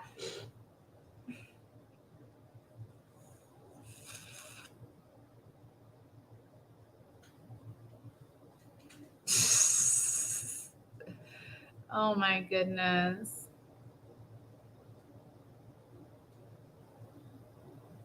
He's crazy. He thinks he's gonna get let outside. What, into the hallway? He did the other night. He like ran out when I was taking out the trash. That was fun. And then I got him to go into the trash room with me as I like put it down the chute. And then we came out. It was fun, coming out together. It's kind of hard for me getting in and out of that little room though. So I let him out first and then I came following, and then the neighbor came back as I was trying to guide him into coming back into the apartment. So she fussed over him a little bit. She's like, oh, so cute, cutie. No. But she did not pet him, and he was all scared. He was like scared. Momentary greetings. Oh, Tomas, only momentary ones. With you, a moment could be forever, though, couldn't it, Tomas? Let us continue. Okay, yeah, we're into the action bit of things. Okay. One hand holds the tile over your head, the other holds the rope. She showed them what she meant. To her surprise, they formed into a tight oblong immediately. They were no strangers to being told what to do, she guessed. The rope holders held tiles over their heads until there was a flattish roof above them. Boys were still arriving. They took tiles and joined the convoy at the back. All right, we move fast and straight down to the right side of the bridge. She shouted it to the latecomers. Do not enter the bridge. There are soldiers there. Go down to the shore at the right, and then we'll loop the ropes across. Keep a hand onto your neighbor's shoulder. Keep the rope tight, and keep your heads guarded. Are we ready? A joyous roar filled the street, and the boys lurched forward. In the moonlight, they looked like some scaled mythical beast. The tiles rose and fell in time with their steps, and the beast clanked and swore. At first they jostled and bumped, but then, like a theater crowd, they fell into some kind of unison. The tiles undulated in rhythm, and their feet beat out a drum roll. They broke into a run, and there was no response from the bridge. Shay was just thinking that maybe the bridge was unguarded after all when the sky filled with arrows. In the main, they skittered harmlessly off the tiles. Shay heard cries, but not enough to slow their advance. She pulled a tile over her head and ran alongside them.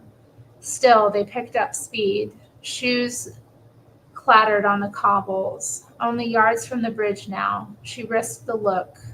Soldiers sprouted from every high place, and she saw the machinery of the archers. Hand back for the arrow, notch, pull, aim, and fire in one smooth movement.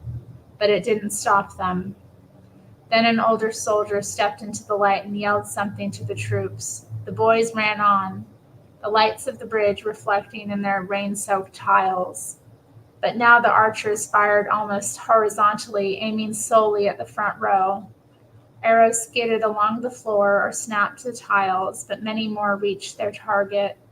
Holes appeared in the group as boys fell to the ground, but they were moving too fast to stop now. They careered forward to where the road dipped down to meet the bridge, and Shay was pulled along with them. They swept over the wreckage of that broken first wave, and things cracked or cried out underfoot. Oh, God. Down with her feet wet and his shoulders jammed into hers, or something pinging through the forest of legs, and the boys next to her falling and dragged back behind her before she could even turn to see what had happened. But too late anyway, because she was sliding down the bank on her arse, boys whipping around her like they were sledding, down into cold water up to her ankles, her shins, her knees. The bridge glowed overhead, and the boys waded out as far as they could go, up to their necks in the river, with arrows whistling around them. But in moments they reached the shadow of the buildings that lined the bridge, some 3 stories high, and the archers lost their line of fire. Boys crowded onto the first support and shoved Shay forward. Blank was already standing in the shallows, tying the rope around his waist. In the shadows, she could only see the glint of his buttons and the white V of foam forming around him as the river pushed through the arch. "We need to be quick. They're piling up behind me," she said. He nodded. "It will be easy enough across these first arches. The water is pretty quiet. It's nearer the center that I worry about." Blank took off his coat, rolled it into a ball, and placed it on the stanchion. Then, without a word, he dived into the water. He cut a diagonal path, swimming upstream, away from the bridge, with the current battering him back towards it. His arms came out of the water in huge thrashes, and the spray rose all around. "Hell no, you ain't going outside. What the hell are you talking about? I'm not letting you outside. Crazy. Crazy. Crazy. Can you believe him?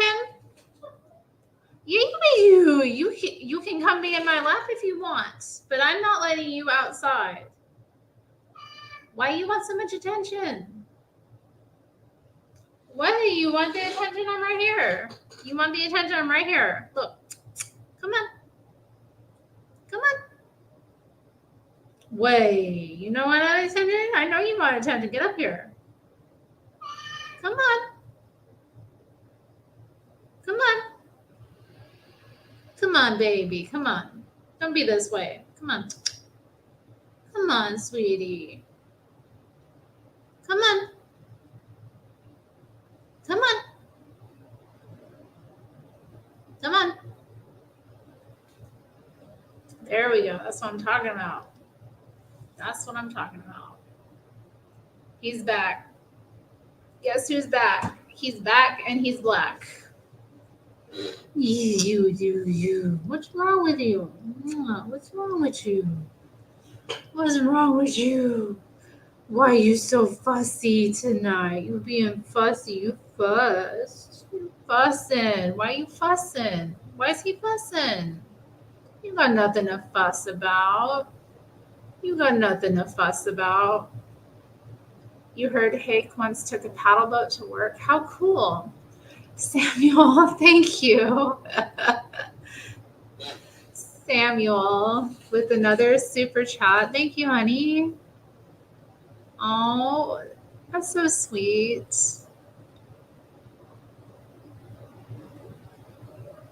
My dear kitty. The dear kitty. The dear kitty.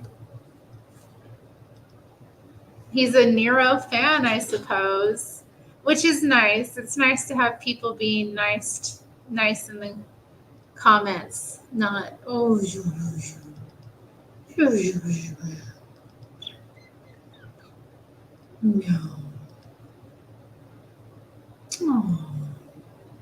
you're so baby. You're so baby. It's unreal. You need to be babied so much. It's unreal. I never met a kitty that was so baby before. It's ridiculous. Oh, God. Nero, I gotta. And this chair is not the smoothest of chairs. Ugh. It has its advantages, but he's reminding you that he didn't consent to your inhumane castration choice. There's nothing inhumane about it. Humans have been castrating animals for what, thousands of years, maybe even longer. What's inhumane about it? It's perfectly humane. How do you feel? Are you sad that you can't go out and rut with the town horror cats? No. No, you don't mind. You don't mind. No, when you got this nice life. No, he has overcome these things. You know what? People who don't get their animals fixed really aren't doing their animals any favors. So I don't agree with you about that.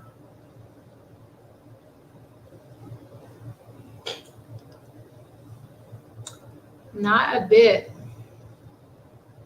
What, where we lived before, there were all manner of feral cats that had no one to take care of them, that lived in like squalor and filth and disease. So I don't know. I think he's much better off. I don't know who blocked your comments. Are you sure that Ahmad got your comment? I didn't see anything. Mana, you're the one who didn't want to be modded. I modded you and you were like, I don't want to be a mod, take it away. And now you're getting censored. And shh. Yeah, does anyone know? I mean, I don't think anyone. I don't see the mods in here really modding it much. Nor do I really want them to. If something's egregious and I don't catch it, then yeah, and it's not somebody that we know in chat, then yeah, I'd like you to do something about it. But if it's a chat regular, then no. Hi.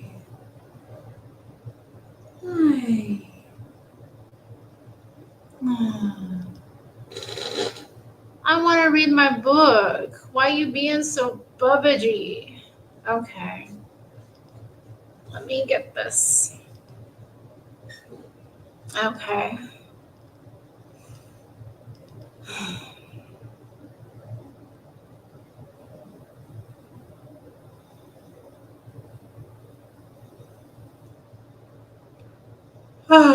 One stroke across, and then the current pulled him back. One stroke away, then pulled back. In half a minute, he was on the next platform. He called out, "Secure!" And Shay led the first boys across. The water pulled at them, but the rope was taut. Halfway across, the rope slipped, and Shay was swept deeper, out beneath the arch, where all was night and the water raged. "No more men on the ropes," Blank shouted. 10 at the most, otherwise it'll never hold. The message was passed back, and then the rope tightened again. She inched across until she climbed, panting on the platform where Blank stood shirtless and soaked. Water dripped noisily from his hair. He took her by the shoulders. "Don't let too many onto the rope. We'll never hold it." And then again, he was in the water. Shay could sense the effort of it, swimming hard against the current. His strokes almost perpendicular to the bridge, but still he was dragged back. Twice he disappeared into the shadows under the arch, and twice he managed to haul himself back into the light. It took longer for him to tie it up this time, longer for him to tug on the rope. As she dragged herself along the line, the water raged at her now, turning her clothes to sails and pulling at her hair. She concentrated hard on the inky shape that was Blank. If he could swim across, then surely she could walk. Her hands were raw against the rope, and when she reached the next arch, she looked back. A line of heads all the way to the shore. She strained to hear if there was still fighting, but the crashing of the water covered everything. She grabbed Blank's hand. "How are you feeling?" He grinned. "I've been worse. The next couple should be similar. It's that center arch that worries me." Shay wasn't sure how Blank managed it. By the 9th arch, the current tore at her like a banshee. Even with the rope hooked tight under her armpits, the water drove her legs out almost horizontally, and she had to inch forward. Rope burns from her hands to her chest. Twice she heard noises behind, a cry, a splash, and then worrying silence. And still the queue behind her grew. The bridge's central stanchions were huge things, and Shay and Blank lay getting their breath on the stone platform as big as a stage. Lads clambered, shivering like rats, out of the water behind them. All of their earlier boisterousness was gone. Bollocks, said Blank. It was the first time Shay had heard him swear. What's wrong? The span was wider here, but the water was calmer, less brutally funneled. He looked back upstream. There is a boat out there. Shay stared out over the river. It was a black field, and she couldn't see anything. She concentrated on the sound. Was that oars? Oars hard against the current?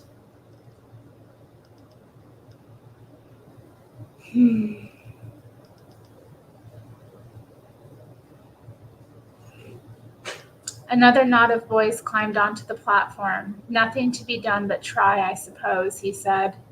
In he went, a neat dive. He cut upstream and made good progress, but as the water deepened, so did the rush of the current.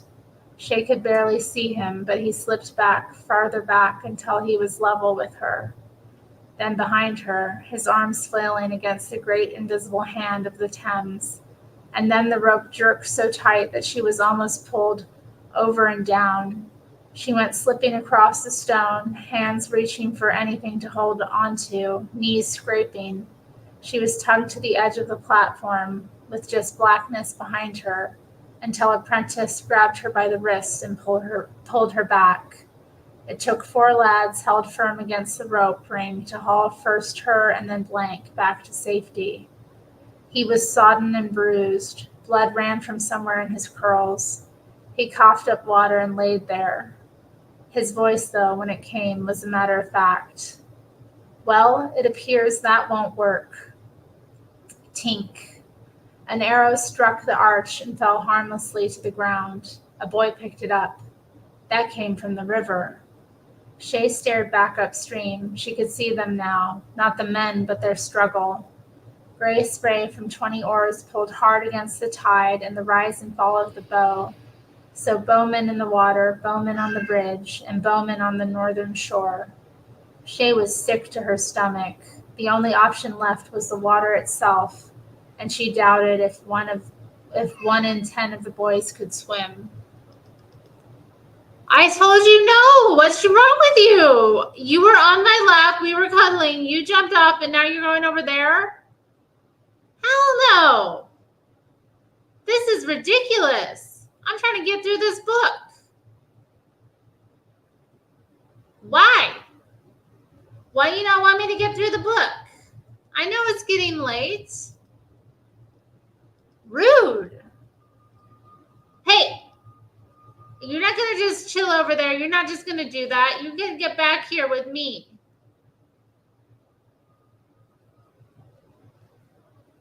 He's not coming. I'm irritated. Oh, God, this is terrible. Maybe they could wade back onto the first arch where the water was slower and the shore closer. She'd been wrong. They would have been safer back at St. Paul's. An arrow flopped into the water at her feet, and she prepared to order the boys back. Thomas a Becket. Blank was telling her something over the cymbal crash of water, the chapel. She leaned out to look up the bridge. Buildings bulged further out over the side here, blanking out the stars. The chapel on the bridge had been sold and turned into a warehousing years ago, but it still had an ecclesiastical grandeur, and people still called it the Thomas Becket. Shay had never been inside. Ooh. There was an entrance here once for the ferrymen. Blank held her by the shoulders, so they could pray before they shot the arches. He shouted to the boys huddled, soaking on the stanchion. We're looking for a door up into the chapel. It'll be somewhere above the waterline. Those with torches relit them, prompting a spatter of arrows. They were closer now, and Shay fancied she could see the outline of the boat. Torchlight played across the walls and underside of the arch. A boy's cry, "There!" At some point, metal rungs had run up the inside of the arch here, but only a couple had survived. Those that remained pointed a path to a bolted wooden door set about 8 feet up in the arch. It was the same seaweedy green as the walls. On my back. Blank steadied himself against the wall, and Boys lifted Shay to stand on his shoulders. The bolt was rusted solid. The metal fused together with rust, but the wood itself looked rotten with sea spray. She threw her shoulder against it, and it gave a little. "Take a step back," she told Blank. He did as she said, and then launched her against it again. The wood was soft as putty around the hinges, and she left a deep dent in it.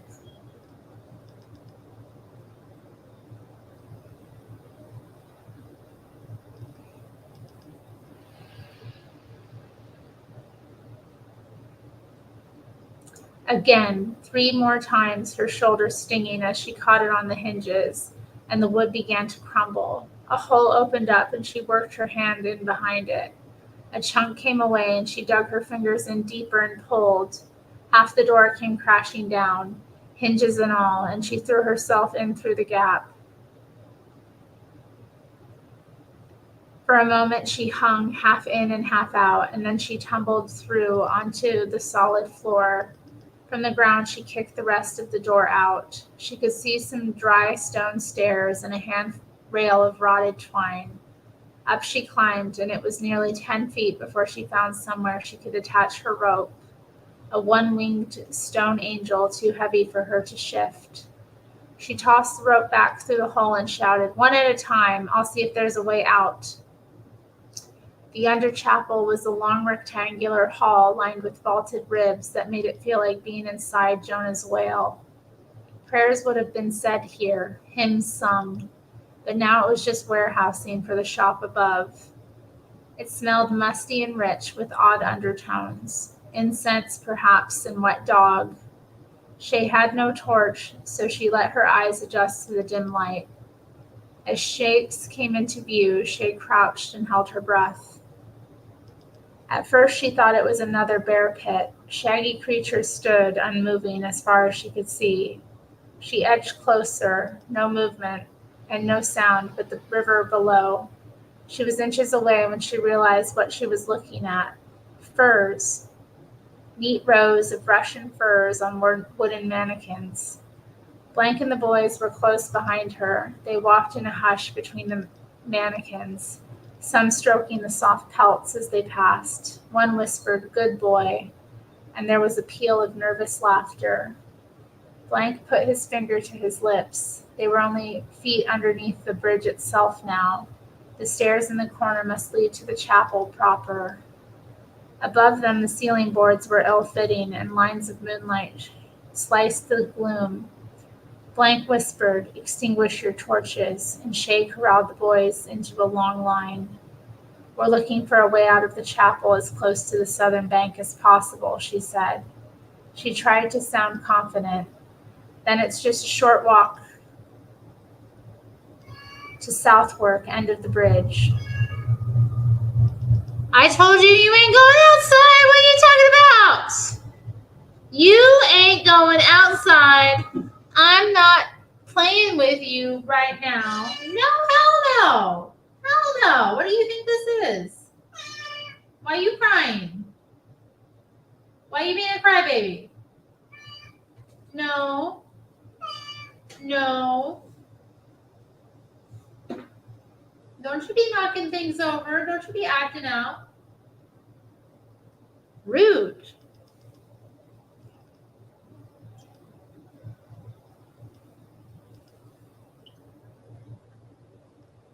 He's so rude. Okay. It was a peculiar kind of silence. Hundreds of boys, either drunk or hungover, or shivering from cold, trying to walk noiselessly across an echoing chamber. Halfway across, Blank halted them as the sound of running feet came from overhead. One by one, the shafts of moonlight extinguished and then illuminated again, and the boys stood stock still until whoever was above had passed. Once all was quiet again, Blank led the boys up into the chapel. Portraits of saints stared balefully down at them, and the roof was so far above them as to be hidden in darkness. Shay risked a look out of the window. To the left, the northern end of the bridge was lit up like fireworks, but to the right, the exit to Southwark was lost in shadow. 100 feet away, if she could keep the boys quiet, they might make it. She halted the crowd with her hand and waited for the moon to go behind a cloud. As soon as it was dark, Blank opened the door and led the first boys out onto the edge of the road. With her finger to her lips, she guided them quickly through the shadows. Shops were boarded up and houses wore the cold stone of abandonment. They came to Nonesuch House, and Shay reached out and touched the nameplate, imagining Nonesuch in the back of the cart that had brought him to London. It hadn't been just some story. Shivers and stumbles, footsteps and tears. The boys were doing their best. Shay looked past the ragged train of figures at the lights of the northern shore. There was no sign that they'd been spotted. She imagined running feet and torches ablaze, but no, the boys filed roughly past, and already the stragglers were here. They might just make it. Oh, damn it. Blank was only steps ahead of her, but he saw better in this light than she did. She stopped and saw it too. The drawbridge was up. A flat rectangle rose from the road like a black wall. That's why no men were guarding this end. She caught him up. Where does it raise? There's a winch on both sides. Ours is across the road. It was a wooden wheel the height of Blank. It would take at least a couple of boys to move it. He pulled at it experimentally. It makes a hell of a commotion, though, he said. I could hear it from last night at the crow's nest. Shay remembered the noise. Her father had brought her here as a child to see the big ships come upriver. Vast bristling cities that swarmed with sunburned men and fluttered with 1,000 flags. Their favorite spot was at the side of the drawbridge where you can lean out to touch the masts as they passed. She remembered the infuriating slow arc as it was raised and the grind and clank of its chains. The soldiers might not be able to see the drawbridge from the northern end, but they'd surely be able to hear it. Without some kind of distraction, the drawbridge would be the death of them. Shay tucked 2 unlit torches and turned north. She took Blank's arm. Wait until you see me light these before you start the winch. Blank followed her eyes. No, they'll shoot you. She shook her head. I don't think so. Not tonight. I'm going to have to try anyway, so just wait for your cue. She took his hand from her shoulder. Please, no, we can lower it before they have any idea what's going on. She saw it from a falcon's view. The wings of the drawbridge spread like angel wings, their slow passage across the sky, the soldiers running slowly and then fast. Lights, fire, noise, and then young bodies piled against the side of the drawbridge. You know that's not true. We owe it to them to try. If you do get them across, then raise the drawbridge again, but leave a 20-foot gap. No more, no less. Ooh. He shook his head, but she was already walking away, a dead torch in each hand and Devana at her chest. Yes, 20 feet. I'm the only person on this bridge who can jump that. 20 feet? She can jump 20 feet. Good God.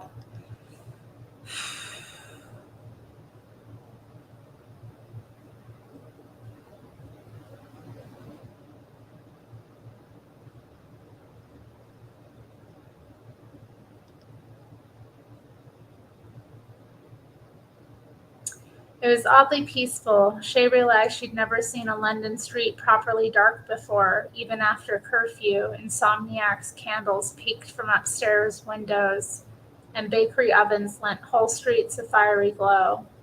but here with her dead footsteps and the whisper of distant water, the houses were corpses, flat and cold and damp. She talked to Devana. Should I light a torch? Do you think they are more likely to kill me if they can see my face, or less? It was as quiet and dark as the marshes. She let the dead torches swing as she ran through her repertoire. What could she perform for a gang of murderous soldiers? She'd think of something. She quietened her footsteps, not nervous, she realized for the first time. Late, so late. Not even a hint of stage fright. She waited until she was about 10 yards from the northern entrance. It was well within arrow's range, but she needed them to feel that they could take her if they wanted. Glow of fire and a soft burble of voices. She hauled herself onto the guardrail at the bridge's edge. Her legs stung with the effort. It was nearly 5 feet high and rounded smooth from decades of London hands. What to sing? Every Lost Lamb? One of Nonesuch's drinking songs? Never mind, it was only seconds away, but she'd think of something.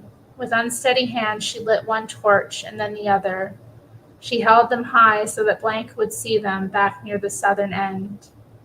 She felt rather than saw the soldier's attention move her way like some huge, slow animal churning. London had taught her that at least she now knew when she was being watched. She started with a small voice, the one you used to sing to yourself. To live is to fall, to live is to die. She could see the soldiers now as they churned and lit their lamps. At first they were just a straight line of bows, all drawn and aimed at her way, but she made herself look past the mouth of arrows to the faces behind them. Boys, all of them, boys playing at fighting while the men sat at home and waited for news of how it had gone. The kind of boys she'd seen at the theater many times, boisterous and beautiful and sad. Her vision felt hawk-like. She could see the twitch of biceps held tight against the pull of the bowstring, the beads of sweat in the damp crotches. To live is to fall, to live is to die.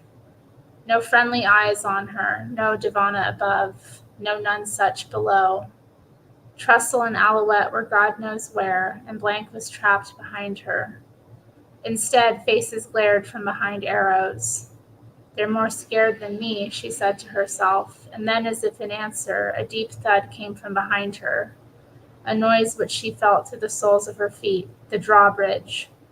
She stepped forward and walked the guardrail like a tumbler. Was that the grind of the winch she'd heard behind her? She raised her voice stage loud. To live is to fall like a stone from the sky. She's so extra.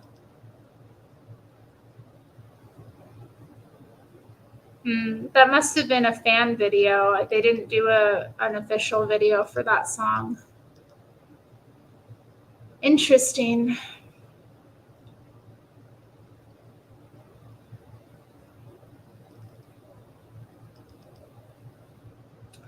Some soldiers lowered their bows now. She turned her toes inwards to better grip the guardrail. Sea winds buffeted her. We fall through love. We fall through war. She could hear the creak of wood behind her, but the soldiers were focused purely on her. It might be the best audience she'd ever had. She waited for the familiar feeling, for the sky to take her up so she could gaze down on herself from Devana's viewpoint. She wanted to shrink to that delectable point where she didn't matter anymore, but it didn't happen. She just stood there, shivering on the guardrail of London Bridge, with flames in her hands and winter in her blood. We fall with grace, and we live once more. She tossed the torches to her right in a long end-over-end arc that set them sparkling like Catherine wheels. At the same time, she threw herself sideways down onto the bridge. Hopefully, 100 sets of eyes were now following the torch's descent back to the Black Thames. She landed awkwardly and took off back along the bridge, keeping low and near to the house fronts where it was darkest. She kept an even pace. She'd need her strength for the jump. She walked as quietly as she could, but it was no good. Her footsteps echoed out across the bridge, and she saw the front row of soldiers break and begin to follow. She ran hard, but not so hard that she'd be too winded to leap the drawbridge. The footsteps behind gained, and she dared not look back.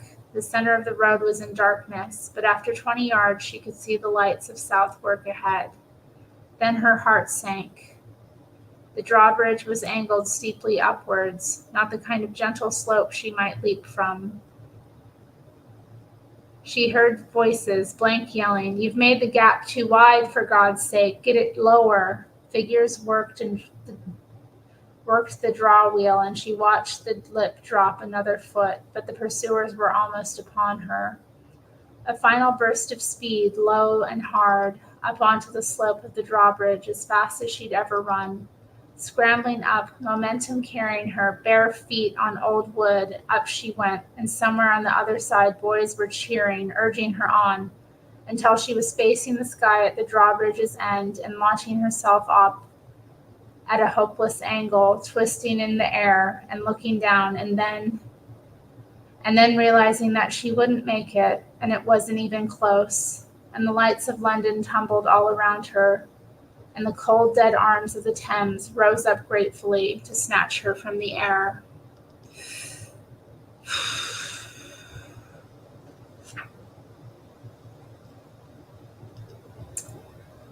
Chapter 45. If you were a falcon that next morning, high on the thermals, as the line of dawn crested the horizon, what would you see below? The gray river and gray marsh are dead to you, a mere backdrop to the business of killing. Every part of you is tuned to the scurries and nibbles and dashes that mean prey. Then a black bundle floats downstream. Its stillness means that it's probably already dead, and therefore of more interest to the carrion birds than to you. It might still be edible, but if it doesn't run and it doesn't fear, then where's the sport in that? Your attention snaps elsewhere, a thrilling rabbit's dart across blank grass or a fledgling's tumble from the nest. You make an adjustment, a slope of wing, and become a living missile. Down below something is dead, but doesn't know it yet. The black bundle, wind-battered and broken, and about the size of a girl, floats on. 46. The ferryman worried at first that the man might be a pickpocket. He was maybe a little old for a crook, but he had that mix of watchfulness and anonymity that characterized a good dabber. It wasn't good for business if the yokels got robbed before they even disembarked, so he kept an eye out. But most of the passengers left at Horsley Down, and the man remained quietly alone in the rear. A couple of miles downstream, and the man came and sat beside him. He was apologizing almost before he asked whether they could stop at the pier up ahead. The ferryman hadn't known a working wharf there since his father's time. He said, "I can do it, but there's nothing left, and at this time of day you'd be stuck out there for the night. I wouldn't trust that path in the dark." If the man heard, he didn't show it. He just handed over an extra penny.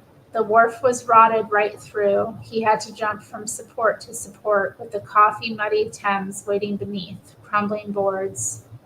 You couldn't really call it beautiful. There was a grandeur in the blank scale of the place, the way the blue of the sky weighed on the pencil-line horizon, the broken mirror of the marsh pools, but it was oppressive too.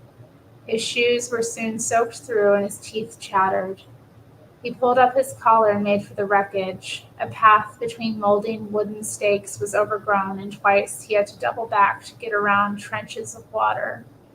It was a maze, he thought, that was doubly frustrating because your goal was right in front of you. It looked like a shipwreck, bleached beams at crazy angles and rotting nets trodden hard into the mud.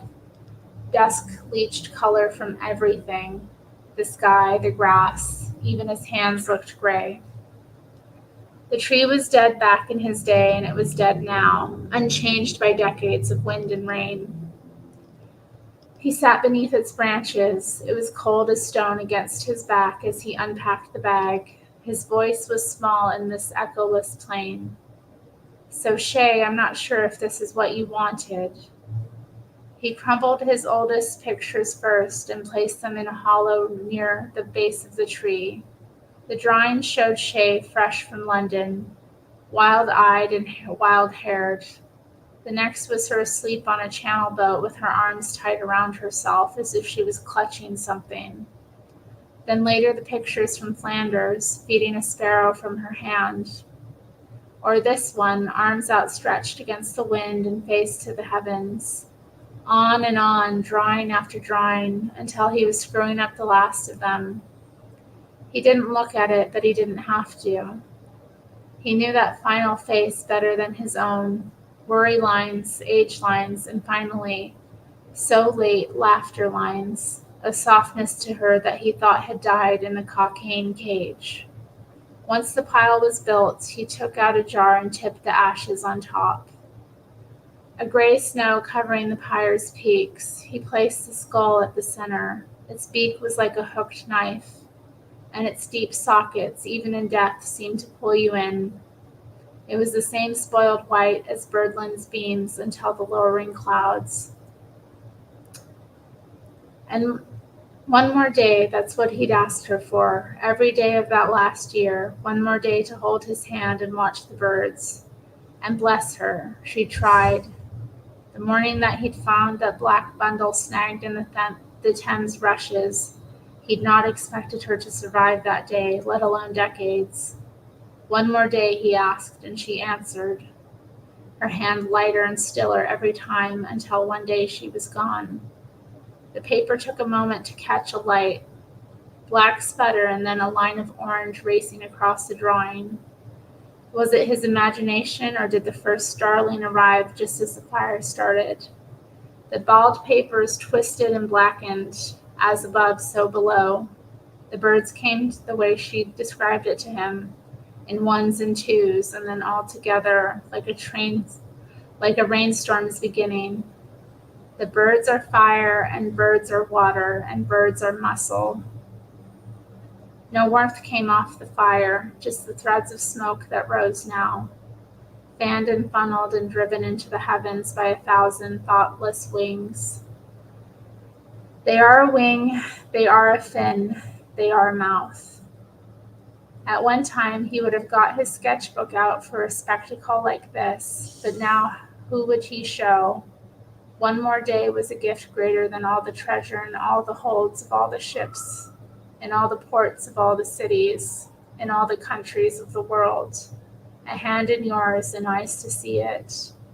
The birds are flame, the birds are rain, the birds are death. A chorus of wings hoisted the ashes up back to where they belonged. Now they were part of a living, pulsing thing that bloomed instantly into great dark fireworks, and just as quickly were gone, back into the air.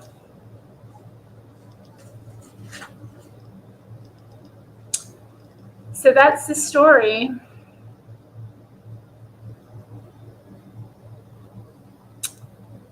Wow. I'm guessing that was our Trussell, our beloved Trussell. And we find she did not die, but she lived many more years alongside Trussell, who I assume became her her new love.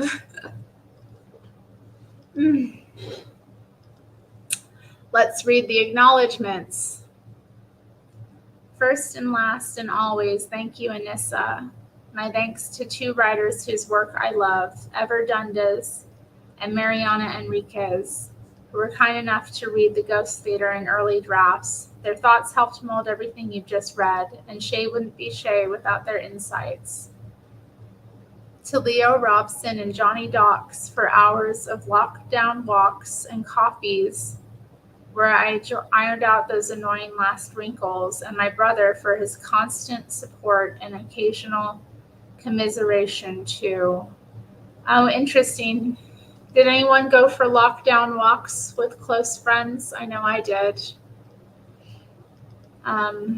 Huge thanks to Victoria Hobbs. On our first meeting, I said I needed someone who did for a book what a producer does for a record, and Victoria has turned out to be a veritable George Martin. Thanks to her assistant, Jessica Lee, for so much valuable input. To Emma Herdman at Bloomsbury, there's barely a page at the Ghost Theater that hasn't been polished or sharpened by Emma, and she's managed the neat trick of making me appear a better writer than I am. Thanks to Madeline Feeney and Sarah Helen Binney for all their help. And finally, thank you to the Real Blackfriars boys, John Chappell, John Moderim, Nathan Field, Alvery Trussell, Philip Pickman, Thomas Grimes, and Solomon Pavey, and to the Red Kites of Windsor, Great Park. A note on the author. Matt Osman is an author, journalist, and founding member of the British rock band Suede. Duh.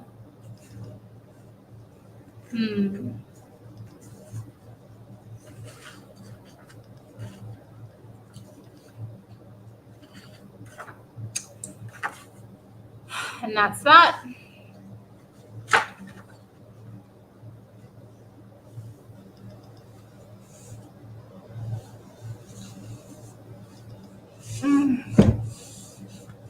Has there ever been an intense hurricane in Oregon? Not to my knowledge. Why would we have a hurricane out here?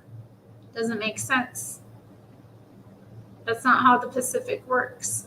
The Pacific sends the hurricanes elsewhere. They're sent eastward towards Asia.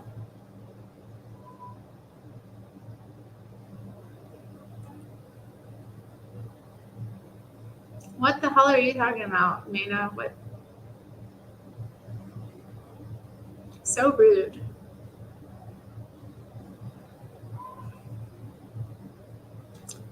I don't think we have cyclones either. I mean, no, the storms at the coast just don't get like that here. It's not like that here. It's not that type of place. We have other things to worry about. Wow. What an interesting story. It definitely was, I don't know, sparked my imagination quite a bit. I enjoyed imagining all of the scenery that he created, the different characters, and just the imagery of Elizabethan London was something to really take in and consider. You ain't going outside. I'm wrapping it up. What do you want? I'm wrapping it up. Hey. You little thing. I'm wrapping it up. What you saying? This isn't a club. This isn't a book club. This is a book dictatorship. This is not a club. There's no club. I'm in charge. I pick the books. I read the books. This ain't no club. You're not in the club anyway. You have been nasty about the book the entire time, despite showing up for almost every single episode.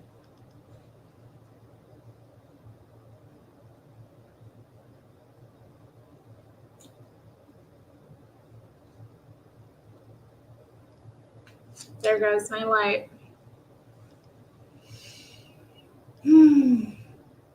Well, y'all, I had fun tonight. Maybe they shipped a few up that flew over the Panama Canal. I don't think so. We just don't have those kind of storms. Sweetie, I'm not. What? Why?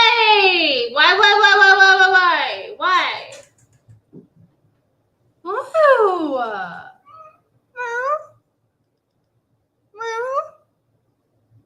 Yeah, some definite cringe metaphors. I didn't like the use of the S word. Can my neighbors hear me? Hell yeah, they can.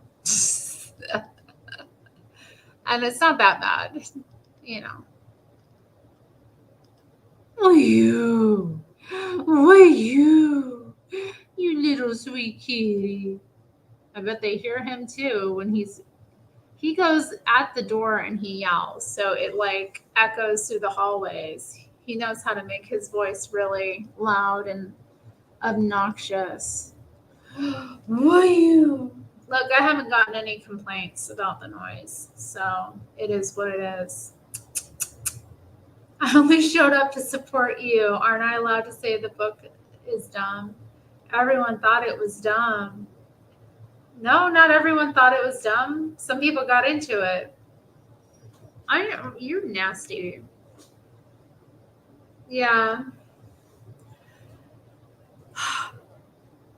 Well, since I'm finishing the book, I don't know what I'm going to read next exactly. So we'll probably take a break from reading. Maybe I'll start something this weekend. We'll see. I might do a chill stream. But I don't know. It might be kind of a busy week. We'll see. It is going to be a busy week because let me see. Let me just look at my calendar. Today's the 30th. I said no! You ain't going outside. Stop it. You! Why you treat me this way? Rude. You are rude. You rude. Yeah, Wednesday and Thursday I'm going to be busy in the evening. So, I might see you guys. We'll see. We'll see what happens. I'll try to be on Friday maybe.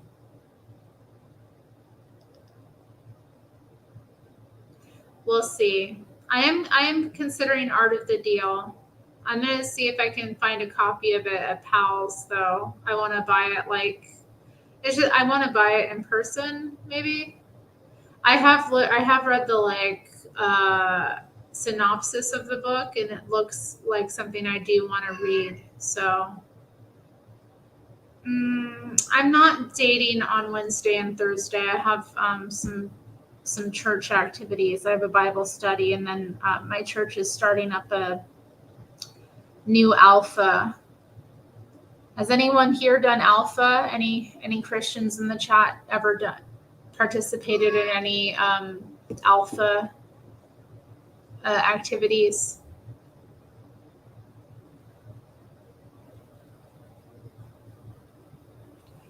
So no dates this week, sadly. It's been dry lately. What was my last date? Oh yeah, I told you all about that, where found out my date wanted to talk politics and he's voting for Kamala Harris and hates Trump, and yeah, we had an interesting conversation. Alpha, it's a program that was created by a vicar from the Church of England.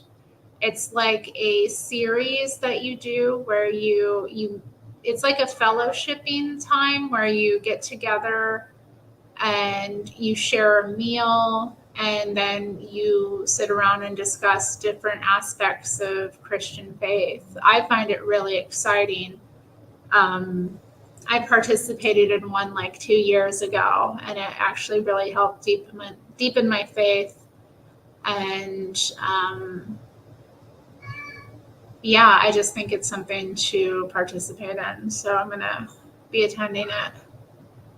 And it's going to be going for, I think it goes for like 6 weeks. It's either 6 or 8 weeks it lasts. It's a chunk of time. So what was his opinions compared to mine? I mean, he was just liberal. He's just, I think he'd been a lifelong Democrat. He also thought Russia was going to take over all of Europe and, reinstall the Soviet Union. He used the term Soviet Union. So that was pretty fun to be like, the Soviet Union dissolved 30 years ago, dude. You ain't going to no, no, no, no, no, no, no, no, no. Why are you betraying me? Why? Why? Why you betray me? You. Why? Why? I'm wrapping it up. I'm wrapping it up. Yeah, I'm wrapping it up. You jealous? Are you jealous? Yeah, he loves the gibberish. We love the gibberish, don't we? Come here. Come here. Come here. Come here, pretty boy. Get up here. No, you don't ignore me like that. Hey. Hey. I know you want my attention. Get over here. Now you pretend you don't want my attention? Huh? You pretend you don't want my attention? Come here. Come on. Get your butt up here. Come on. Come on. Come on. One more time. Get you some lap. We're going to be cuddling all night. Get you some lap. Come on. Oh, you don't want no lap. So, yeah, come on. Yeah, he said Trump was a liar. And I asked him what Trump lied about. And he couldn't really come up with anything. So that was interesting. So yeah, he's just really anti-Trump and like, you know, don't you be obscene. Don't you be showing nothing you ain't supposed to show. You keep that butt. We're not putting your butt on camera. You're not putting your butt on camera. He's not woke. He's just like, no, he's not like a woke liberal. He doesn't know what he's thinking or doing. He's just an old man that watches like the news, you know. He watches CNN and he thinks the news is real, guys. It's not. You know, these boomers, you know, they're. Wow, look at you. You're so perfect. Look at you. You're so perfect. Look at us together. Look how perfect we are together. We so perfect together. We so good together. Look at us. We so good together.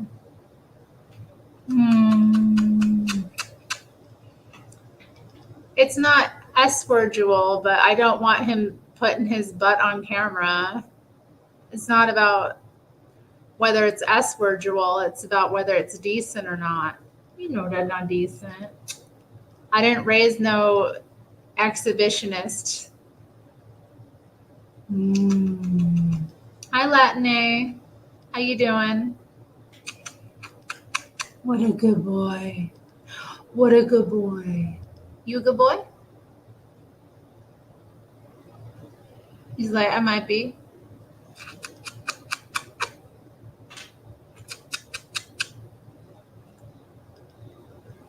Oh.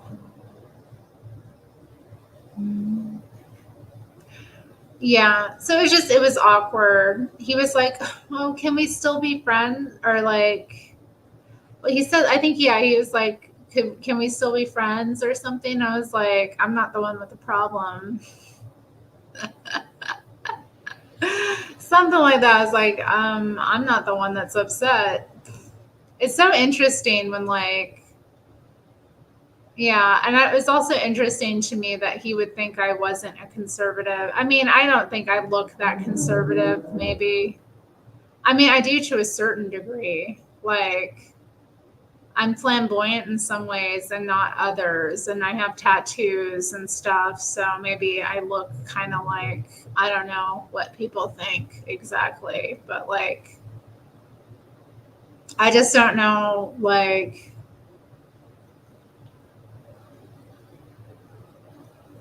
I don't know. I mean, how do you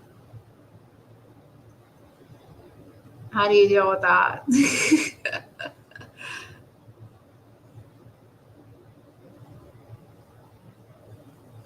Yeah, I don't know. It was super awkward.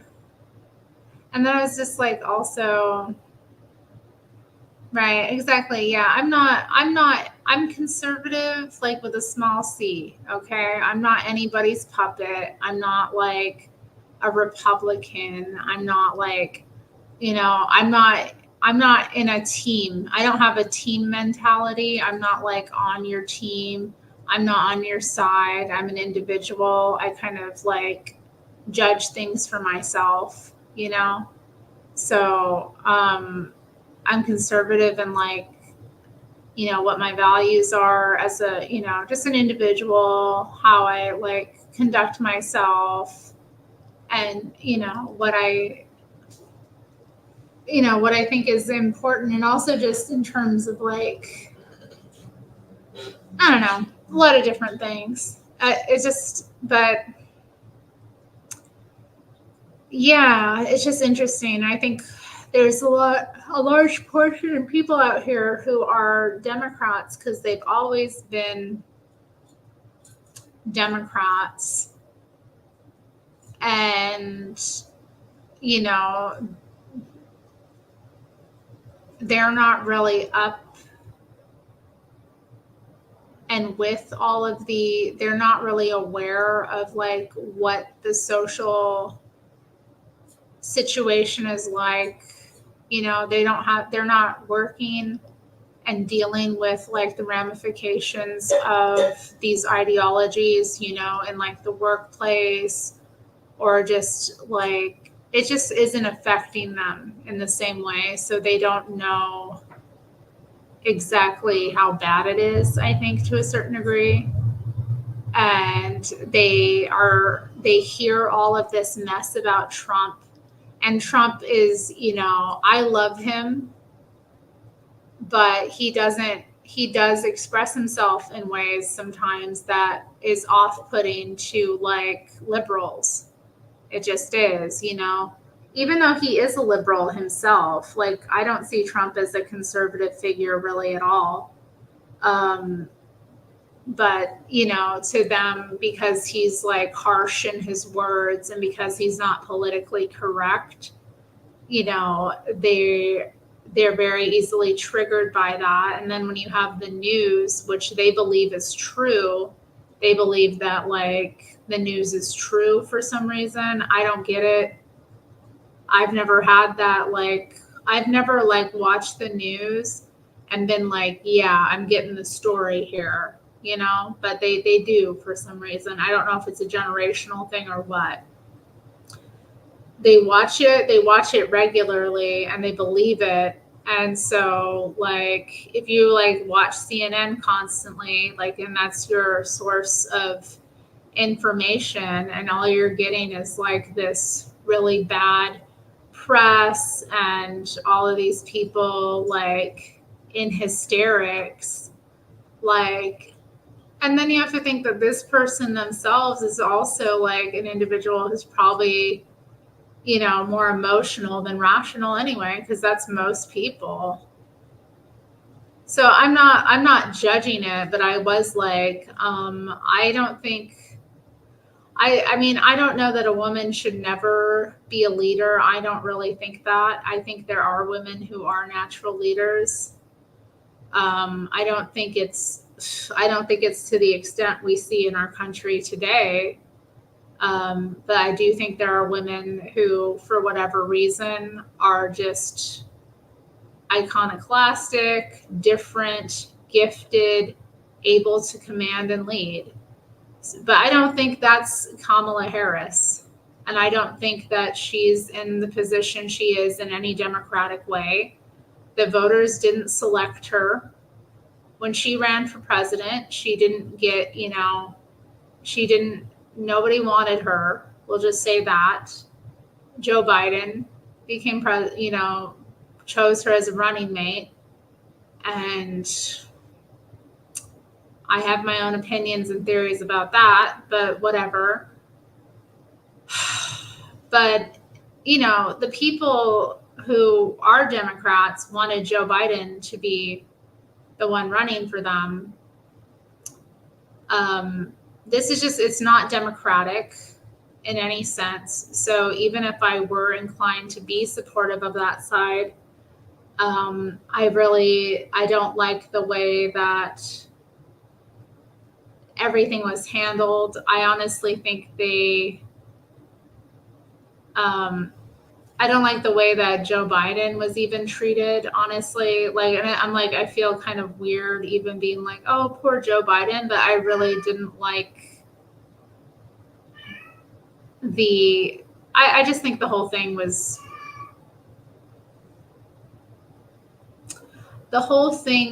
wrong.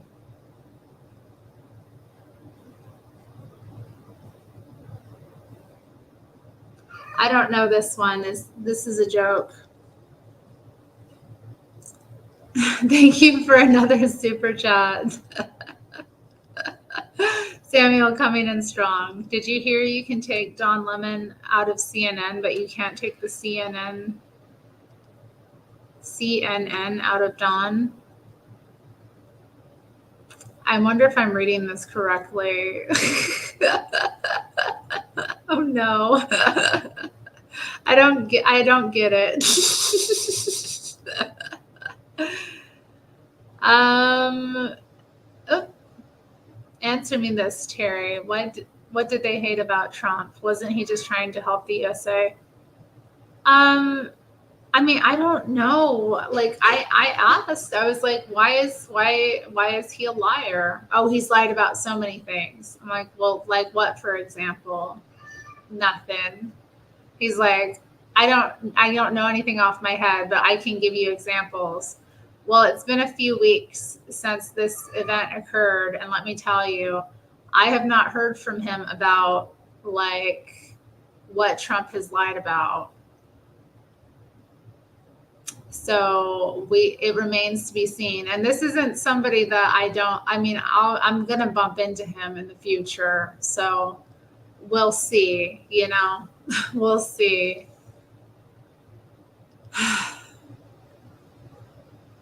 May I join you for a few minutes? No, I'm about to pop off. It's almost 10 o'clock. I'm sorry. I shouldn't even be on right now.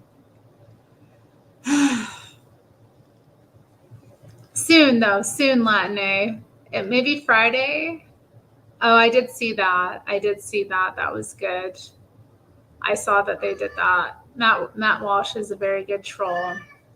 I'm wrapping it up, sweetie. I'm wrapping it up. I promise. I'm wrapping it up. Please don't be mad at me. Please. I'm coming to bed. Yeah, guys, I gotta go. It's been a good night. Thanks for chatting. And thanks for getting through this book with me. I look forward to our next book. Like I said, yeah, I don't understand it either, Latine. I really did. I mean, it was crazy. I knew he was going to win straight up. Like as soon as like everyone was going crazy, I was like, that's going to be the next president. Because everyone was like losing their minds. Like my cat right now. My cat's got Trump derangement syndrome. You have Trump derangement syndrome. He doesn't like that. He loves Donald Trump, you guys. Stay for 2 minutes, so it's October. You want me? Okay, I'll stay for 2 more minutes, so it's October. I don't know. I feel bad. He's going crazy. Maybe I should slip out, wake you up before September ends.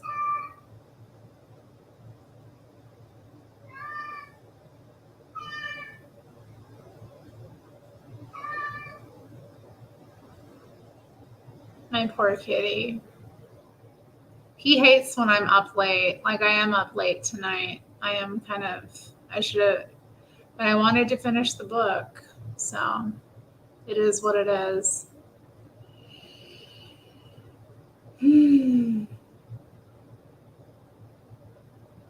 Are we almost, is it October yet? It will still be September here by the time I'm in bed. The weather was sunny today. I didn't really get much of it. There was a breeze when I stepped out briefly. I got some DoorDash. It was one of those days, really just grinding. Oh, it's October now. But yeah, my window's open. I'll probably be shutting it soon in the next couple of days. I've been leaving it open, But it's time, I think. It's starting to get really, like when I get up in the morning, it's like extra cold. So good luck with the next 5 dinner dates. Well, that was more of a like breakfast date than a dinner date. Old people. Good luck with the next 5. I'm so tired. Like, where is my husband? How long am I going to be dating? You don't believe I do any useful work. Well, that's not nice. I mean, dang. How rude. I don't believe you do any useful work, you mean old biatch. Nasty. Anyway. Well, I'm going to adjourn. I'm going to get myself to bed so that I can get to work tomorrow. So that Mana can disparage me about my work that I do. All right, y'all. Have a good night. I'll see you soon. Bye.